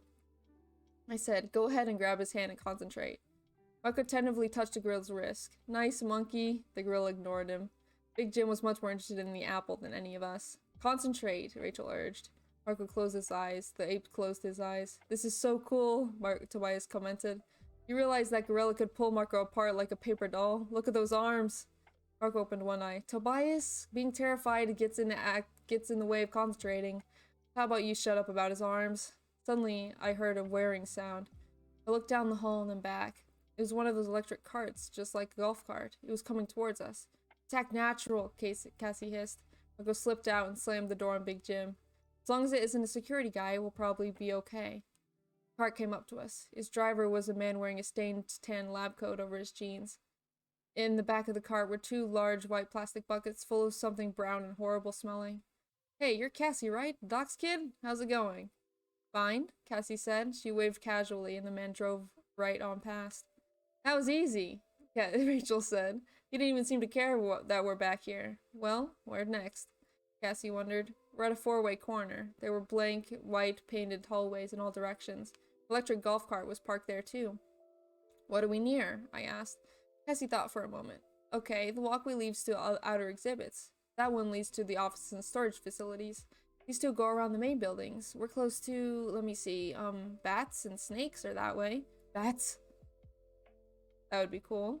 Just saying. That would be kind of lit. Those two go, the jaguar and dolphin tank is that way. Rachel stared down the hallway to our right. Dolphins? I love dolphins. Wait, Cassie said, trotting after her. What are we going to do with dolphin morphs? I think we should go out to the big exhibits, Marco said. Let's get serious about this. We need firepower. Come on. Rat. You want to be a rat? If you guys all had Animorphs, what would the morph you would want to have? What animal would you like? Let's stick together, I said as Marco started down the hall. I reached out to grab him before he got too far away. That's when the voice yelled, Hey you! What are you kids doing back here? I saw a guy in a brown uniform. Security! Cassie yelped. Oh man, they'll take us into the office. They'll call my mom. I do not want to explain this to her.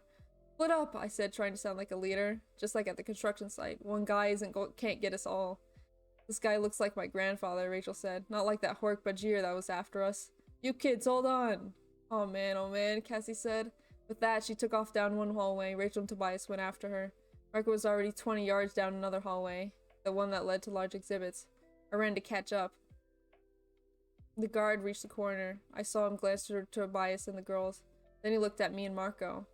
I guess Marco and I looked more suspicious because he chose us. Stop! You kids better stop! Let's grab the golf cart, Marco said. Steal a golf cart?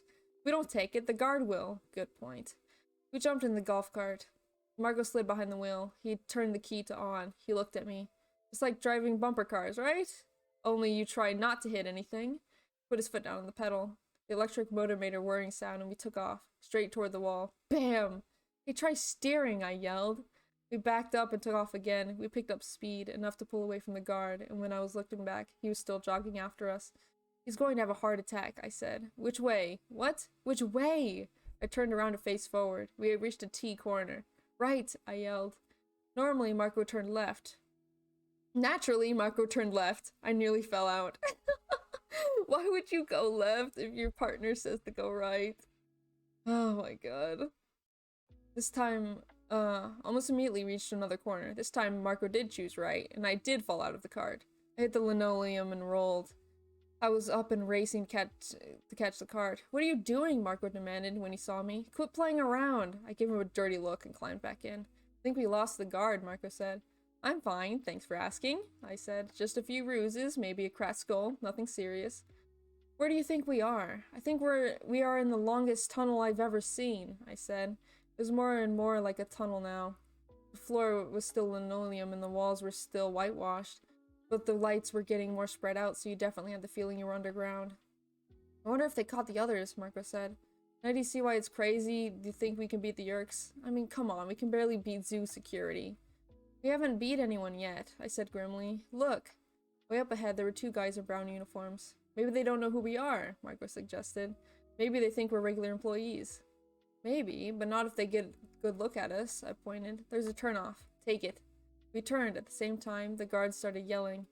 The side corridor grew narrow, too narrow for the golf cart. Ditch it! I jumped out, and Marco jumped after me.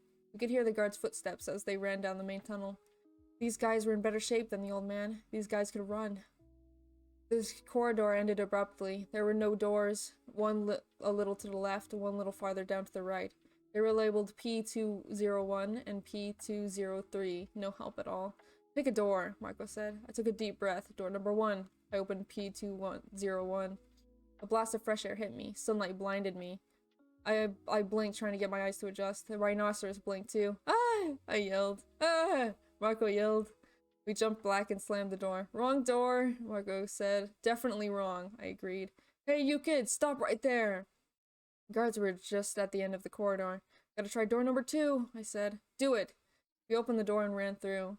There were trees all around us, trees and grass. We were in the shade. Sunlight filled down through the leaves. Just ahead, the bushes gave way to open grass. Where are we? Marcos asked. Like I know? We worked our way through some bushes, keeping a careful eye on all directions. We didn't see any animals, just some birds up in trees. Hey, there are people, Marco said. He dropped down behind a bush and pointed. The people lined up behind a railing. They were high up, or else we were low down. I parted the bushes to get a better look. We were leaning against a railing of a high concrete wall. They couldn't see us because of the bushes, but they were definitely all staring at something. We're definitely one of the habitats, I said. Though the way the people are looking at whatever is in here with us, I hope that it isn't that rhino. That thing is way too big. How do we get out of here? I don't know. Let's just get away from the door. Those guards will be coming after us any second. But, you know, in the back of my mind I was thinking, why haven't the guards come after us yet? Marco and I crawled through the bushes and around the bases of the big trees. We reached a corner of the wall, hidden from all the people above. That's an awfully high wall, Marco observed. That's gotta be 30 feet high. This is not good. That wall is high for a reason. Something in here they don't want to escape. They scanned the wall. There's a steel ladder set into the concrete about 50 yards away. I guess that's the only way out. Let me ask you something, Marco said. Why haven't the guards come after us? I mean, if it was like a deer or an antelope exhibit, they'd come right in, wouldn't they? We have to think, not panic, I said. I'm trying not to think about why the guards couldn't come in here. I moved back into the shadows of the bushes. Besides, maybe there's nothing in here at all. I squatted down on my haunches. My butt touched something warm. I had a terrible feeling right at that moment. I looked up and saw Marco. Normally, Marco has the kind of dark tan face, but his face was white. His eyes were very large. Marco? I said very slowly and quietly. Is there something behind me? He nodded. What is it, Marco? Jake? It's a tiger. Acquire the DNA through your butt. Do that. I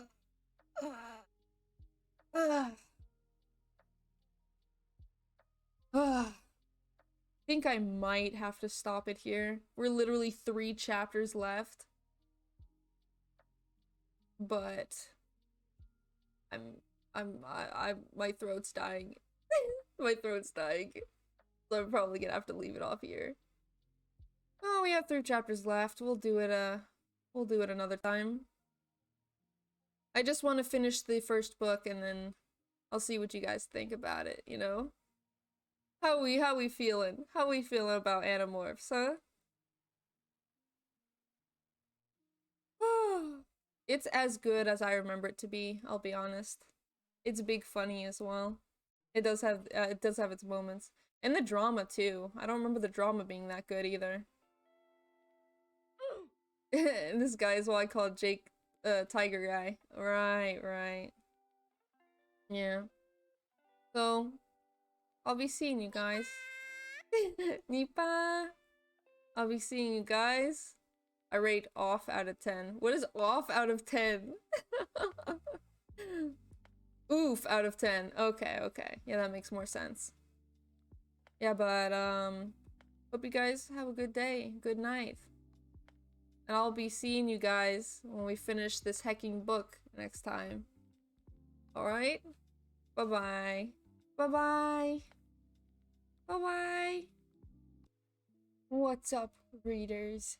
Today, we're going to be finishing Animorphs Book 1! Yay! We only have, like, 4 chapters left, so this might be a bit short. And that's okay. Last we left off, tiger time. They were in tiger enclosure because they're trying to escape the frickin' security people because they're not supposed to be there. So they sneak in to acquire some animal DNA for their secret missions. So that's where we left off. Chapter 20. A male Siberian tiger, to be exact. 10 feet long. 700 pounds of deadly speed and unbelievable power. You know those old Tarzan movies you see on TV sometimes where Tarzan is wrestling a tiger and actually winning? Let me tell you something. You want to know what your chances are of wrestling a tiger and coming out alive? They're about the same as your chances of jumping off the Empire State Building and surviving. I have no idea. I have an idea, Marco said shakily. Let's leave. Don't run, I said. It just might get his attention. Think he's noticed us, Marco said. Think he knows we're here, Jake. Think he's looking right at us. Look at his teeth. Don't freak, I have an idea. The morphing. If I acquire him, it'll put him in a trance. Acquire? Acquire what? You can't acquire anything about him. He's the acquirer and you're the acquiree. He's going to acquire your butt for dinner. He's going to acquire you and spit out the bones. I swallowed hard. I tried to touch the tiger, but my hand was shaking too much. Took a couple of deep breaths. I heard somewhere that's supposed to help calm you down. I guess it works. Unless you're practically sitting on a tiger, then absolutely nothing calms you down. Nice tiger, I whispered. Hello, Rains. Hello, Brad. How are you guys doing today, huh? He just watched me. He had this lazy, who cares look. This is the look of total, complete, absolute confidence. Almost like he thought I was funny. Like maybe he enjoyed watching me shiver and shake. Please don't kill me, I said. Don't kill me either, Marco added. I reached my shaking hand toward the tiger. His eyes followed my hand. I touched his flank. It rose and fell with his breathing. Concentrate, Marco whispered. I was already concentrating real hard on the tiger. I was concentrating on his teeth. I was concentrating on the rippling muscles under his pale orange and black pelt.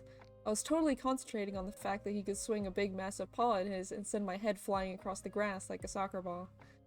Then the tiger's breathing slowed. His eyes fluttered a little and slowly closed. How long does the trance last? Marco whispered. Well, about 10 seconds after you break contact. That's what it was with Homer. 10 seconds? 10 seconds? Yeah, so be ready to run. I've been ready to run. I started to pull away, but then I hesitated. It was a strange moment, because right then I realized what I was doing. It hit me. This tiger was becoming a part of me. All that power and confidence was becoming a part of me. He's beautiful, isn't he? I said. I expected Marco to say something sarcastic, but he said, yes, he's magnificent. Then he added, well, let's get out of here before he shows us why he's king of the jungle. That's lions, I said. They're supposed to be kings of the jungle. But let's not tell him that. You ready? He nodded. Now, I yelled. I jumped up, and we tore for the ladder. In my head, I was counting off the seconds. 1, 1,000, 2, 1,000, 3, 1,000. Something moved. Fast. An orange and black blur. Right then I realized it. Duh, there was more than one tiger in the habitat. I heard screams coming from the spectators above. Guess they could see us now that we were out of the bushes. Marco leaped and grabbed the rungs of the ladder. He scrambled up. I was about 1/10 of a second behind him. The tiger leaped. His claws scraped the concrete just inches below me. And then he let out a roar that made the rungs of the ladder vibrate in my hands. What a noise! It echoed and reverberated and made my insides turn to liquid. Marco practically flew up the ladder and over the side of the wall. I flew right after him. It's amazing how fast you can climb a ladder when there's a tiger roaring for your blood. There they are! Someone yelled. Get them! Stop! Guards! At least 3 of them. Should we morph? Marco yelled to me. No, just head for the crowds. There, over by this dolphin tank. There was a close call. It was a close call. But we made it into a big crowd just a dozen feet ahead of the guards. From that point, all we had to do was hunch down and squirm between all the people till the guards lost sight of us. We worked our way to the front gate, always crouching so our heads wouldn't show above the crowds. What did you do? Morph into a midget? It was Rachel. She was right in front of me, looking amused. Tobias and Cassie were there too. The guards were after us, I said. I almost stopped shaking from my close encounter with the big cats. Almost. Oh, quit playing around, Jake, Rachel said. Let's get out of here. I have to be home for dinner. Turned out the other 3 had not been chased at all. They'd lost the guards entirely, and had just gone on acquiring morphs while Marco and I were risking our lives in the tiger habitat. The most annoying thing was that none of them even believed our story. Marco and I were a little resentful over that. We climbed on board the bus and practically collapsed into the seats. We could have been killed, Marco said, pouting. Really, I'm telling you. It was down to a few inches. Yeah, whatever, Rachel said. Don't obsess over it. After all, we still have tonight to deal with. Whatever danger you think you had today, it'll probably be nothing next to what's happening tonight. Tonight, Cassie shook her head. I haven't even thought about studying for that math test tomorrow. Rachel laughed. We may not have to worry about tomorrow. Thank you, little Miss Cheerful, Marco muttered under his breath. Oh, heck. Chapter 21. Where have you been all afternoon and evening? My mom asked me as we sat down for dinner. Our family's very old-fashioned about dinner. We all have to sit at the table. No TV. My mom's a writer, so she hates TVs unless it's one of her favorite programs. Where have I been? I repeated the question. Hanging out. You know, hanging with Marco. I don't know why you bothered to ask, my dad said. His answer is always the same, hanging out. So what did you do at work today, Dad? I asked him. Hung out, he said. He gave me a wink and we all laughed. I glanced over at Tom. He was eating a chicken Kakator?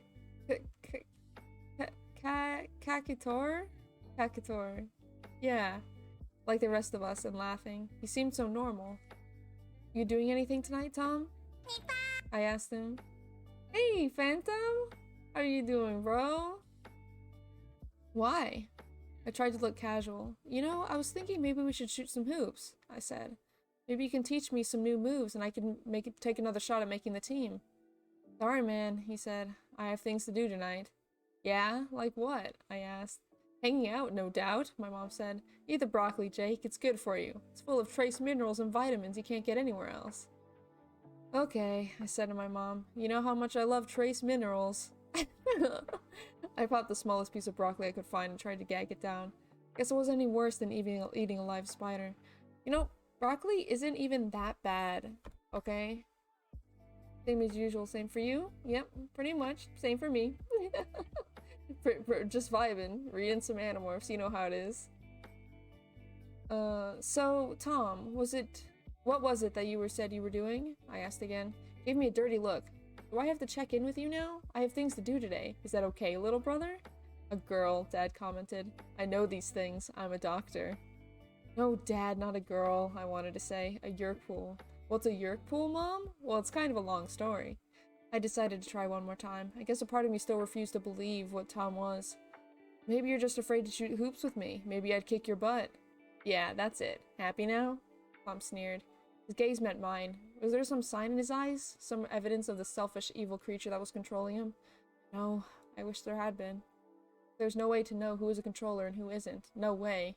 So what makes them so hard to stop? They can be anyone, anywhere. Even a person you think you know, a person you admire, look up to, love. I broke my gaze away from Tom's and looked down at my food. A few minutes later, Tom got up to go. I knew where he was going. After he left, I went to the upstairs phone where my parents couldn't overhear me. I called Marco. He's on his way, I said.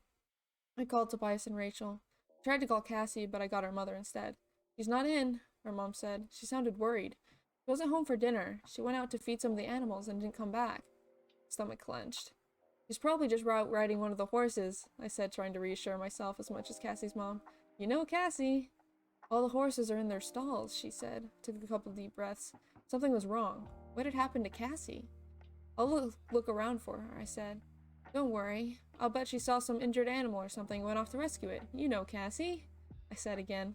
Yes, I'm sure she's fine. Right, she was about as sure as I was. What could I do? The plan was set to attack the yerk pool and rescue Tom. Maybe Cassie was already at the school, waiting. Maybe. I had a very bad feeling as I rode my bike to the school. I hid the bike across the street the way we had planned. Then I hooked up with Marco and Rachel. Cassie's missing, I said. And where's Tobias? Rachel pointed up at the sky. The sun was setting fast, but I could see Tobias circling high overhead. What's the matter with him? I exploded. He's got a 2-hour time limit, and we don't know how long this is going to take. Maybe we should bail until we find out what happened with Cassie, Rachel said. Maybe she's just scared, Marco said. I am. Maybe, I agreed, although I doubted it. But they say you never know who's going to be brave or cowardly in a battle. I just hoped I wasn't a coward. The truth was, my mouth was already getting dry and my heart was already pounding. And we hadn't even done anything yet. Tobias swooped down and perched on Rachel's shoulder, and it surprised me a little. What would Tobias perch on Rachel's shoulder? She didn't seem annoyed at all. She rubbed her head against him a little. Are we doing this or not? Tobias asked. So it's not starting off right at all. The bad feeling in my stomach was just getting worse. Cassie's missing. Tobias was already morphed. Everyone was looking at me, waiting for me to decide. Yeah, we're doing it, I said. School was locked up for the night, but Marco had taken care of that little problem. He knew of a window in the science lab that didn't lock. We crawled into the science lab through the window. It was dark except for a dying light of the sun that glinted off the glass beakers and test tubes. Tobias drifted through and landed neatly on the teacher's desk. Let me take a look, I said. I opened the door as slowly as I could and peeked through the crack. I could see down the nearly dark hallway to the janitor's closet. Instantly, I pulled back in. There were people out there, I said. 3 people heading into the closet. Controllers, Rachel said. Because it's dinner time for yerks. None of us thought that was very funny. How are we going to get in there? Marco asked. Wait a minute, Rachel said. Do the controllers know each other by sight? I mean, we're controllers, right? Maybe we're controllers, right? So we just walked right in like we belong there? Marco asked. Wonderful plan, Rachel. I have a better idea. Let's just kill ourselves now and get it over with. Maybe Rachel's right, I said. Big maybe, Marco pointed out. Big, huge maybe. How about Tom? He would know whether you were a controller. I cracked the door again and looked out. I think Tom's already down there, I said. Besides, the hallway's empty now. I guess they all fell silent. Wait, here comes someone. I stared. It wasn't easy to see all the faces in the gloom. I could tell there were 2 people. One was wearing a uniform. It was a controller policeman. He was rudely yanking someone along with him. I could see that it was a girl. I didn't really want to see anymore. Tobias, I said, I need you to use your hawk eyes. Tobias fluttered over and stood on my shoulder. He peeked his fierce head out into the hall and then drew back. Yes, he said. It's her. Oh, I felt like the floor had opened underneath me. Marco grabbed me because I looked like I was about to fall over. They have her, I whispered. The controllers. They have Cassie. We're already gonna lose someone? Come on. It's the first book. How are we gonna lose someone already? Chapter 22. Who has Cassie now? Rachel stammered. The policeman, the controller, the one who came out to Cassie's farm, the one who was at the sharing meeting. He has her. He saw her at the meeting trying to get close to the full members. Rachel let go a few choice words. Let go a few choice words. Rachel freaking cursing up a storm. We hadn't even started and everything was already disaster. Okay, I said grimly. We go ahead, like Rachel said. Figure there are too many controllers for all of them to know each other. I mean, they added new bodies all the time, right? Maybe we're new controllers, right? Oh man, Marco moaned. You have a better idea? I snapped. No, he said. Think we'll go ahead. We take our chances. Let's rock and roll. Okay then, everyone act cool. I looked at Tobias. Too late for you to morph back now, but try not to let them see you. Rachel, Marco, and I stepped out into the hallway. My legs were stiff. My knees were rickety. I was walking like Frankenstein, trying to look casual. We headed for the janitor's closet. Fortunately, no one else was in the hallway. We entered the tiny room and stepped inside. I tried to recall a sequence for opening the door. Toss to the left, then twist the second hook around right. The door swung open. There was more noise than there had been the other day. Maybe it was just my human ears heard better than my lizard ears had. There was a deep, sloshing, swooshing sound, almost like a gentle surf breaking on the shore. But that was a nice sound. These other sounds were horrifying. Despairing cries, terrified screams, shouts, shrieking and triumphant laughter. You're sure this is just the Yerk pool? Marco said in a nervous, shaky voice. I see a guy with horns and a pitchfork and I'm out of here. I stepped into the opening. The stairs were steep and there was no rail, so you felt like you were about to pitch forward with every step. We descended together. The door closed automatically behind us. At first, I guess I expected there to be maybe a dozen steps, but the steps never ended. We just kept walking, and there were always more steps. The walls were dirt and then quickly became rock as we went down, down, down. Felt like the stairs would never end. Some superior aliens, Marco whispered. You think they would put in an elevator? We all giggled a little, very little. Suddenly, the rock walls widened out. We had emerged into a huge cavern.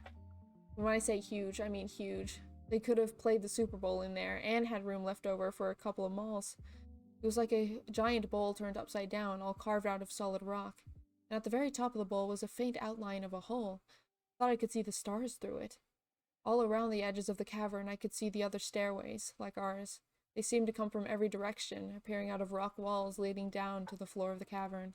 We clustered together, closer to the center of the stairway. It was a sheer drop off the side of the stairs. This is gigantic, Marco said. This isn't just under the school. This is under half the town. The stairways must lead up to a dozen secret entrances. He shook his head. Jake, they have the entire area set up with secret passageways. Oh man, this is worse. This is so much worse. So much bigger. Felt the same despair. We were fools. This wasn't some little group of alien bad guys we were dealing with. To build this underground city, these guys had a power we couldn't even imagine. That's almost what it is. A city. There were buildings and sheds all around the rim of the cavern.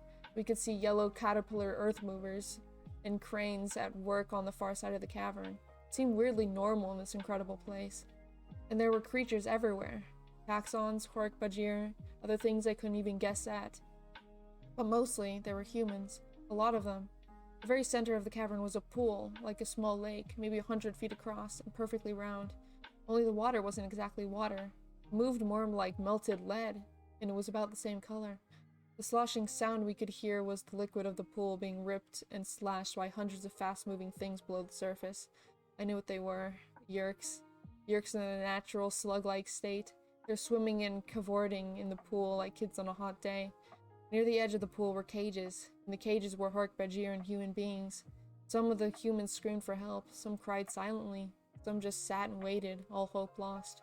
There were adults there, and kids, women and men. More than 100 packed into a cage. The captive Hork-Bajir were in a separate, stronger cages. They paced and howled and slashed at the air with their bladed arms. I almost lost hope. Felt like my heart had stopped. This was a place of unimaginable horror. And we were so few and so weak. Below us on the stairs, I could see the controller cop and Cassie.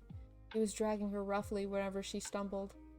They had reached the bottom of the stairs. I'm going to morph, I said. I'm going to get Cassie away from him. Marco put his hand on my shoulder. Not time yet, dude. Be cool. Cassie's okay, Jake, Tobias said. She isn't hurt, just scared. You'd better not hurt her, I said. Keep an eye on them, Tobias. There were 2 low steel piers built out over the pool. On one, Hork-Bajir controllers politely guarded the line of humans and Hork-Bajir and taxons. This was the unloading station. One by one, people knelt down, bent over, and dipped their heads toward the slimy surface of the pool. The Hork-Bajir helped them.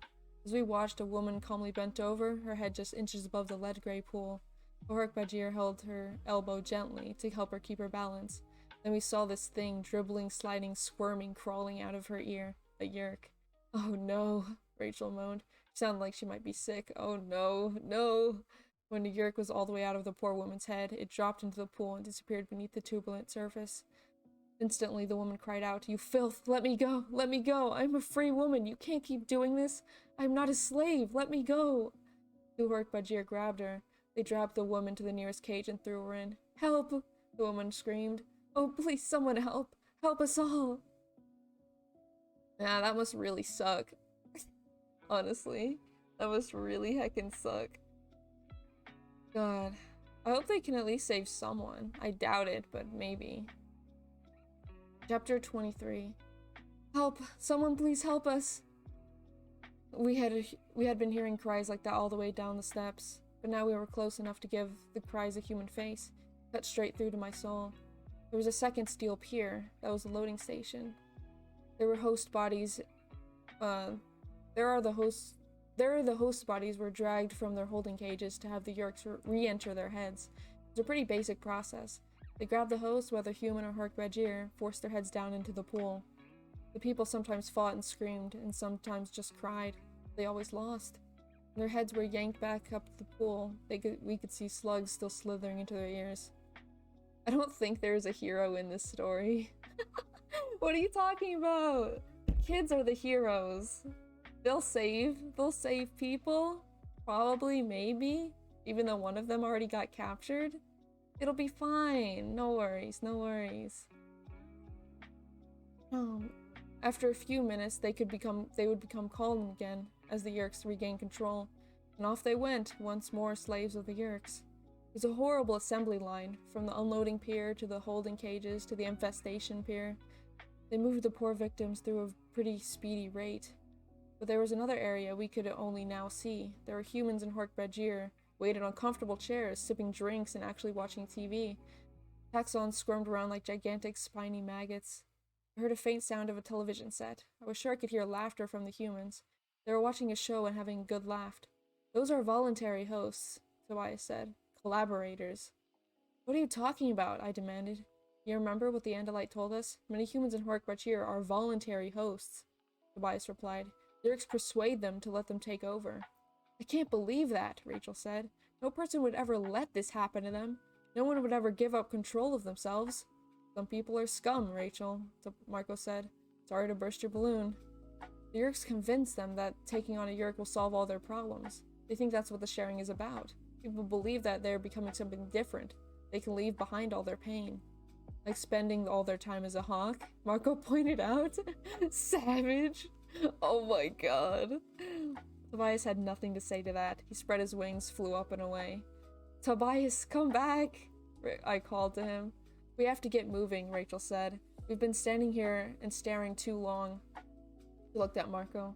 Don't be a jerk to Tobias, okay? We need everyone. Tobias came swooping back toward us. Cassie, he said. She's on the pier. The infestation pier. They're going to turn her into a host. My normal human eyes, I couldn't see that well with the purple gloom. I could just make out the cop's uniform and the small shape beside him. You see Tom? I asked Tobias. In answer, he flapped his powerful wings and gained altitude. I saw him high over the pool, and then came back toward us in a power dive. I see him, he said. I hesitated before asking. I wasn't sure I wanted to know the answer. Is he in the cages, or is he voluntary? He's in a cage, Tobias said. He's yelling his brains out about the Hork-Bajir guards. Yes! I knew Tom would never have gone voluntary. I knew they must have been taking him kicking and punching. Cassie is getting near the end of the pier, Tobias warned. We only have a few minutes before they infest her. It was time. We were at the bottom of the steps. We ran over to hide behind the storage shed of some kind. Marco pulled me around the corner, drawing me close as I could hear him whisper, Look, before we do this, there's one thing, Jake. You have to promise me. I knew what he was going to say. If I have to die, okay. But don't let them take me. Don't let them put one of those things in my head. It'll be okay. You! A voice yelled. A human voice. You two! Who are you? I spun around. A man, just one man. But beside him, flanking him, was a big Hork-Bajir looking suspicious. And on the other side, a Taxon. Somehow the man hadn't seen Rachel. She was just around the corner of the building. But he had seen Marco and me talking. I guess it hadn't looked quite right to him. Us? Marco said. Who are we? Hey, who are you? Good job, Marco. Take them, the man ordered. The Hork-Bajir advanced on us. The Taxon slithered forward on its dozens of sharp, spiny legs, red jelly eyes quivering, mouth opening and closing in anticipation. I knew I had to morph, but I was frozen with fear. Then I saw Rachel. She had gotten around behind the controllers, and she was getting very, very large. It's morphin' time, fellas. It's morphin' time. Chapter 24, and I think this is the last chapter. Rachel was getting larger very fast. Huge leathery ears sprouted suddenly from the side of her head. Her nose stretched and stretched until it was longer than her body had been to start with. Her arms and legs were as big as tree trunks, and from her mouth grew two enormous curved teeth. My cousin Rachel now stood almost 13 feet high and weighed about 14,000 pounds. What animal is that?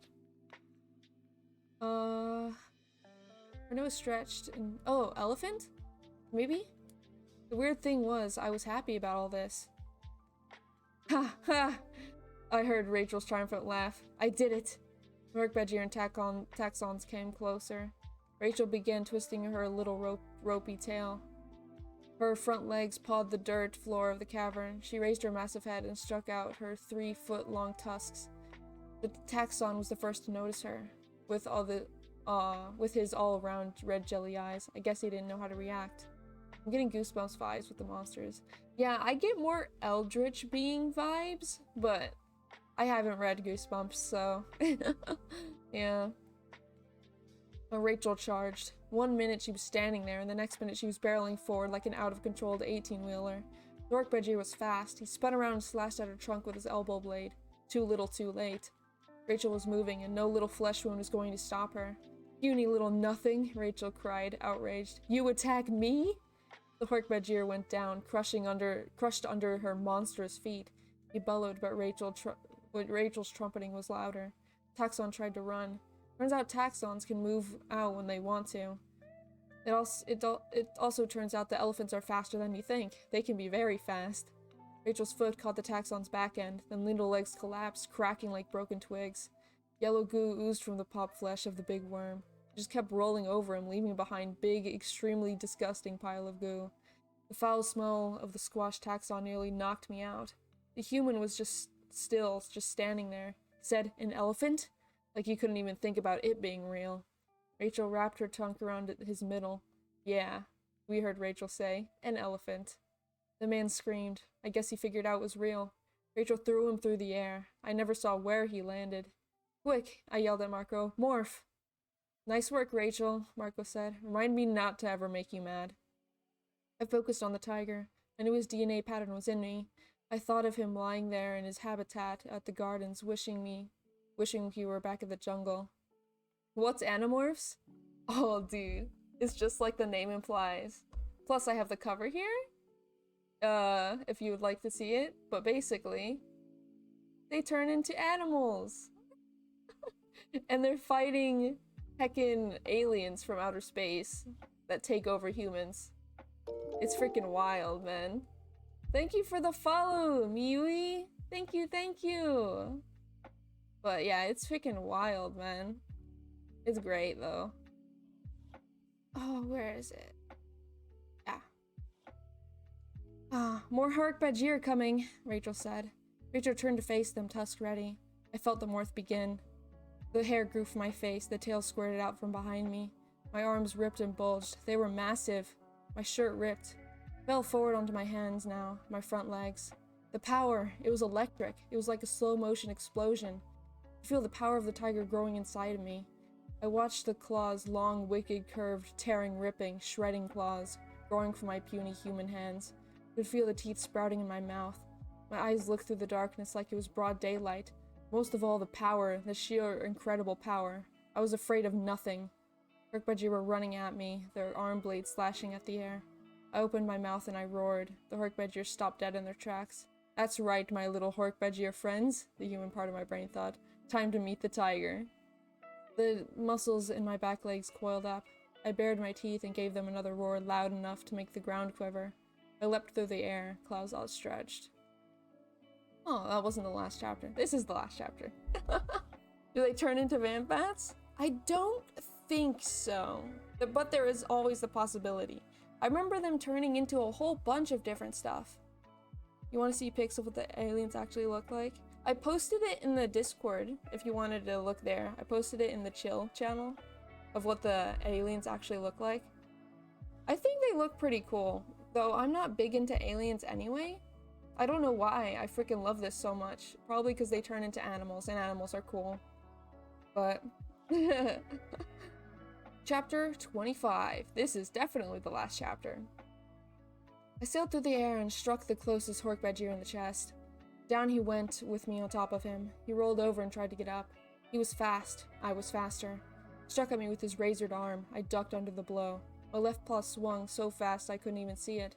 It left 4 oozing tracks across the Hork-Bajir's shoulder. Another Hork-Bajir! Wrist blades, elbow blades, and talons whizzed. They were like a pair of lawnmowers on full throttle. And I was faster. Couldn't even remember what happened next. All I have this image of a tiger, of me, with claws slashing and jaws snapping. I was a whirlwind of orange fur and black stripes. The Hork-Bajir fell back. I roared. They turned and ran.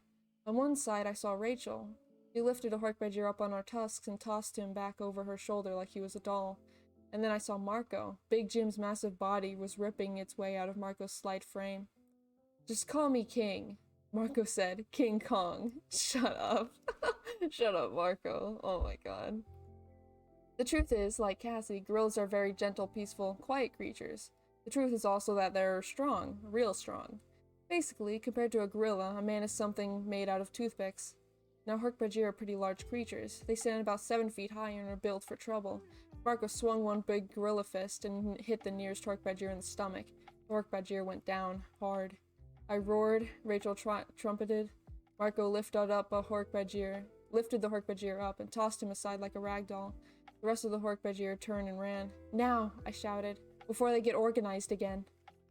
We charged. Rachel just plowed right into some of the small sheds and buildings like Godzilla heading for Tokyo. Marco came lopping along, swinging his massive forearms, punching anything that got in his way. Whenever he punched, stayed down. And I ran right down the middle, looking for any controller dumb enough to mess with me.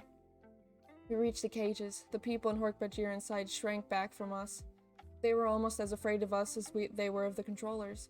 Let's face it, a rescue party made up of an elephant, a gorilla, and a tiger is not what they'd been hoping for. Marco began ripping at the lock on one of the cages. The lock gave away. The doors flew open. Marco did something very human to reassure them. He made a little bow, then crooked his finger at them as if to say, "Come on out." Tom was the first out. He looked scared and mad and determined. I was going to send him a thought message, telling him who I was, but suddenly there was Rachel screaming in my head. "Jake," Rachel said. "Look, Cassie!" Cassie was nearly at the end of the infestation pier. The Hork-Bajir and Taxon guards were still sticking to their duties. They watched another human and was shoved headfirst into the Yerk pool. "Cassie is next," I cried. "Don't worry," Marco said. "We'll take care of Tom. Go, before they do it to her." You don't have Taxon Yerk or what Vista 3 turned into. Oh, yeah. You can post that if you want then. Yeah, so you can see an actual visual of what they all look like. I hesitated for only a second, as 1,000 thoughts went through my head. Later I would think about that moment, think maybe, if only. I broke into a run. I had to get her. As I watched the 2 Hork-Bajir on the pier grabbed Cassie by the arms. "No!" she cried. I tore at full speed. I leapt over Taxons. I dodged around Hork-Bajir. I practically flew. Now I couldn't really fly, not the way Tobias could. I saw him high up in the cavern. Down he came, like a bullet. The talons came forward. Tobias hit the first Hork-Bajir about 50 miles an hour. Swooped away, leaving the alien clutching in his slimy mess where his eyes used to be. That was all Cassie needed. She broke away and ran down the pier. I finally got there and went after the remaining Hork-Bajir controllers. Morph, I yelled to Cassie. Morph and head back for the stairs. She looked at the other humans and HEWWO behind her in a line. Run! All of you, run! They did. Cassie plowed into a panicky crowd. Moments later, a black-maned head appeared above the shoulders of the crowd. Cassie had become a horse and was racing for the stairs. I started after her, racing back around the pool toward Marco, Rachel, Tom, and the crowd of hosts they'd freed from the cages. The controllers were starting to get organized. A group of Taxxon were slithering out to stop me and Cassie. Both of the HEWWO and Taxxons were carrying weapons now. Up and over, I said to Cassie as we neared the line of Taxxons. Up and over, she yelled back. I leapt. Cassie jumped. Side by side, we sailed over the startled Taxxons. They fired their handheld Dracon beams, but too late. The beams sizzled the air behind us as we flew past. I could see Rachel's towering gray bulk just ahead. The stairs were near. I saw Marco with Tom. We were going to make it. And then he stepped out daintily from a group of HEWWO. Seemed almost harmless in his Andalite body. A gentle, half-deer, half-human-looking creature with bluish fur and an extra set of eyes on comical stalks. Mr. 3 didn't look all that scary. Not compared to the HEWWO, the Taxxons, or even our own Earth animals. But Visor 3 had an Andalite body, and the Andalite's power to morph. And he had been all over the universe, acquiring genetic patterns of monsters like nothing they've ever seen on Earth. Taxxon slithered up beside Visor 3 and spoke. It was a weird, half-whistling sound. That's what it sounds like. Visor 3 said nothing. He just looked at me with vertical slits in his eyes. This Taxxon fool says you are wild animals, Visor 3 said. He wants to know if he and his brothers can eat you, he laughed silently. But I know you are not animals. I know what you are. So, not all of you, Andalites, died when I burned your ship. It took me a couple of seconds to realize what he meant. Then it hit me. Of course, he thought we were Andalites. He'd guessed we were morphs, not real animals, but he knew that Andalites were the only species with morphing technology. I compliment you on getting this far, but it will accomplish nothing. Because now, my brave... Oh no. Oh no. No, no, no, no! No! No! No! Look! Come on! Oh my god. Let's maybe refresh? Maybe refresh the page?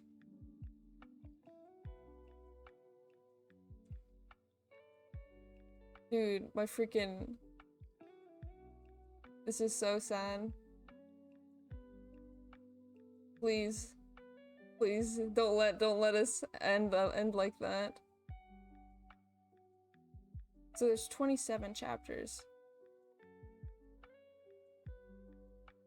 Come on. Come on.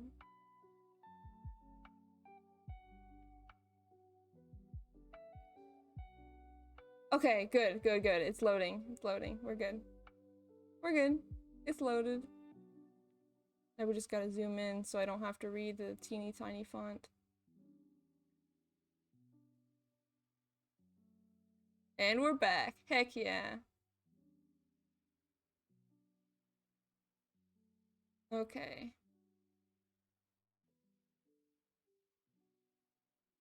Here we go. And there are 27 chapters. I probably should have checked the chapter count beforehand, but I didn't.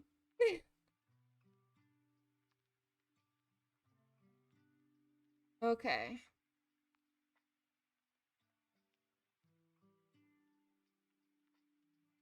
One more zoom. Alright. And we're good. Because now, my brave Andalite warriors, it is time. Time to die. He began to morph. I acquired this body on the 4th move of the 2nd planet of the dying star. Like it? I realized I'd been wrong to be hopeful. We were not going to make it. Actually, you'd think you would have glasses on while you're reading. I read fine up close. I have glasses for far away. So, you know, I'm fine reading this without my glasses. Hold on, one more zoom in. One more zoom in. Come on. There we go. Okay. Chapter 26. From Vista 3's Andalite body, the creature grew, tall as a tree, towering over even Rachel. 8 massive legs, 8 long, spindly arms, each ending in three-fingered claw, and from the place where the top set of the arms grew came the heads. Heads, plural, 8 of them. This creature had a thing for number 8. Even HEWWO controllers backed away. Even they didn't want to be near Visser 3 when he morphed this way. But the taxons edged closer, crowding around their leader like a pack of hungry dogs looking for table scraps. I was frozen in terror, stunned. Even the tiger that was a part of me was confused and worried. I started to think that even with our morph bodies we could take on anything, but we couldn't take on this monster. Not and survive. Run, I yelled to the others. Up the stairs! Cassie nudged 2 of the humans from the cages and tossed back her head. They figured out what she wanted and climbed on her back. Then she galloped toward the stairs. Yes, run, Visser 3 crowed. It makes a more challenging target. Then Visser 3 struck. From one of the heads, a round, spinning ball of flame erupted. A ball of flame that flew like a missile.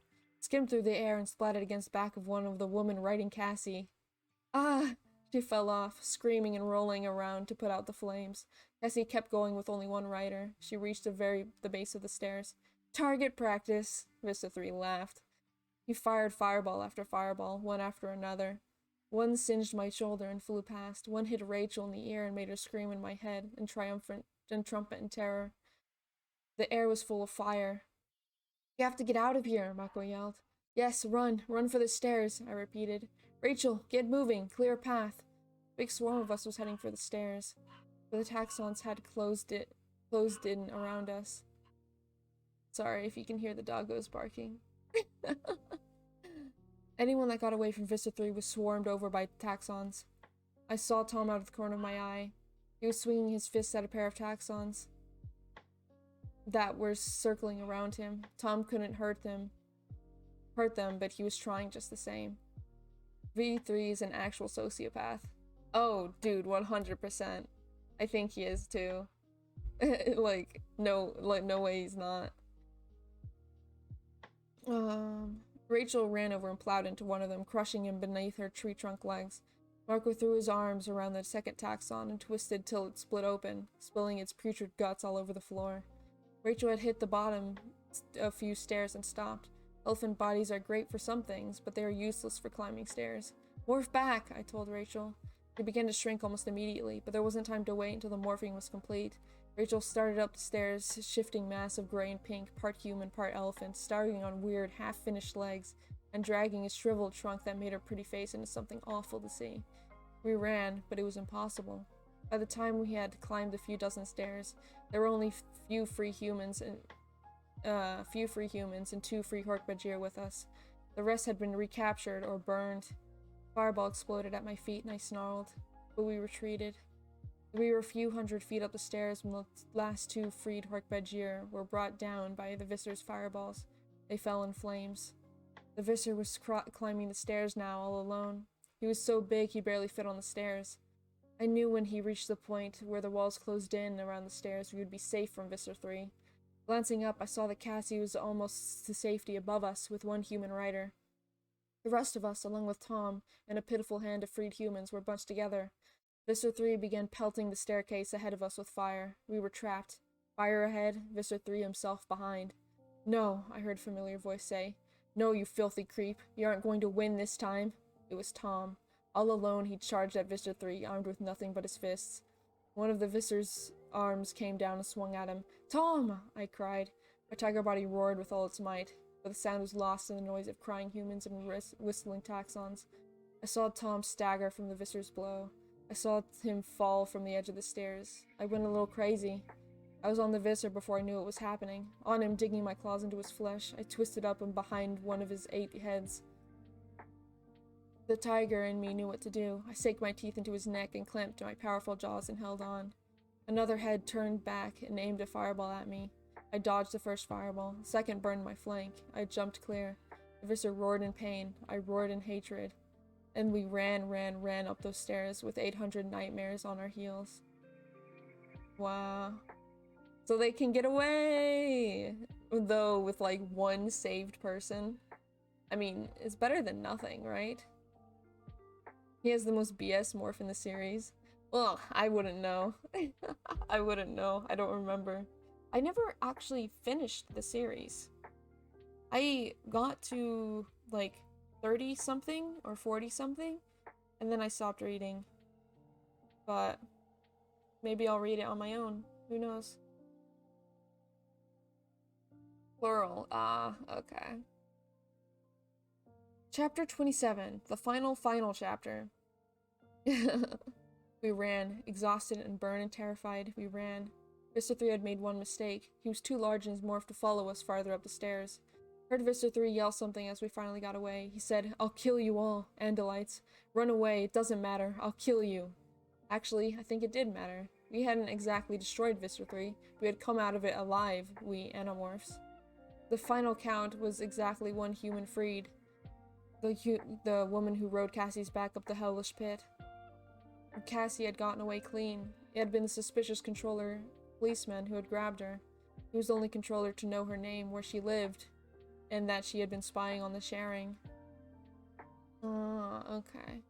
Cassie didn't have to worry about him anymore. She didn't want to talk about what happened to him. Oh my god. She straight up murdered him, didn't she? As for Tom, my brother, Tom was not freed. I was lying in my own bed, shaking and shivering and crying from the after effects of terror when I heard him come home later that night. He never knew I was that tiger. He never knew how close I had come to freeing him. He was a controller again. The Yerks was once in his head once more. Cassie and Marco and Rachel and I had made it up those stairs. We had emerged into a hallway of the school that would never seem the same to us again. And Tobias, he survived too. It was almost morning when I awakened from dead sleep by feathering beating on the window. I opened it and Tobias flew in. "You made it," I said. "Oh man, you had me scared. I figured you were still trapped down there. I mean, I thought you would probably find somewhere to hide in that cavern, but I knew you'd been morphed for a long time. I was worried you wouldn't be able to morph back without getting caught. It's good to see you." "Good to see you too, Jake," he said. "How are the others?" "Alive," I said. "Alive, I guess that's all that counts." "Yes, that is all that matters." "Come on, Tobias," I said. "Morph back. You can stay here. I'll even let you have the bed. I could sleep on nails, I'm so tired." He didn't say anything, and I guess in my heart I'd known it all along. I just didn't want to admit it. "Come on, Tobias," I said, again. "Morph back." Jake. Oh my god. "Just come on, back to human now, dude. No more flying tonight." "Hid in the cavern for a while," he said. "They didn't see me, but I had to stay out of sight till I could get out. Jake, it took too long. Too long. More than 2 hours." I just stared at him, at his laser-focused eyes, at his wicked beak and sharp talons, at his wings, at the broad, powerful wings that let him fly. "Guess this is me from now on," Tobias said. I knew there were tears falling down my cheeks, but I didn't care anymore. "It's okay, Jake. Like you said, we're alive." I went to the window and looked up at the stars. Somewhere up there, around one of those cold, twinkling stars, was the Andalite homeworld. Somewhere up there was hope. "They'll come," Tobias said. "The Andalites will come. Until then..." I nodded and wiped away my tears. "Yeah," I said. "Until then, we fight." And that's it! Woohoo! Animorphs, Book 1, The Invasion, complete. Man, that's so sad. I thought that Tobias would be okay in the end. I thought that he would only get stuck in like book 3 or something. I remember it being really heckin' sad because it's so lonely. Like, he was already lonely, but now it's just even worse because now he can't even talk to people anymore, man. Now he's just completely alone. Now he has to get a hawk wife with hawk babies. You know? How long do hawks even live compared to humans? If he stays a hawk forever, he's not going to live as long. It just kinda sucks. Bro shouldn't have been morphed before going into school. I know, right? I know, that was so stupid of him. Well, at least, like, morph back to human and then morph back into being a hawk every hour or so, you know? Be a little smart about it. But I get the feeling that Tobias didn't care much at all about whether he was morphed or not. I don't think he cares much about himself very much. Which is, like, you know, huge sad. I don't know anything about hawks. Yeah, I mean, neither do I. Back when I read Animorphs, I did, like, a PowerPoint presentation on it, because I was so obsessed with it. I I think he isn't straight, maybe? I don't know. I just assume they're straight, but I could see him being gay, maybe. I could see that. It does unmorphing reset the timer? Yeah, it does. It does. So you should, you know, unmorph every hour or hour and a half, and then remorph, and then everything will be fine. But, you know, whatever. What do I know? I'm not an Animorph. Not yet, anyway. You know, when you're a kid and you pretend to be things? I used to pretend I was an Animorph all the time. Good times, good times. Well, that's it, fellas. Not sure if morphing into a different animal resets it, though. They have to morph into a human before morphing into anything else, I think. I think, though. Yeah, but... oh, that's gonna be it. So he couldn't have unmorphed in a secluded location while down there? He could've! That's the thing, he heckin' could've, but he didn't. But he didn't. So, you know, his decision, you know? He could've, but he didn't. So, yeah. I'll see you guys. I might go drinking later, but if I don't, then I'll probably play some Fate or something. But yeah, I'll be seeing you guys. Love you. Bye. Bye-bye. Bye-bye.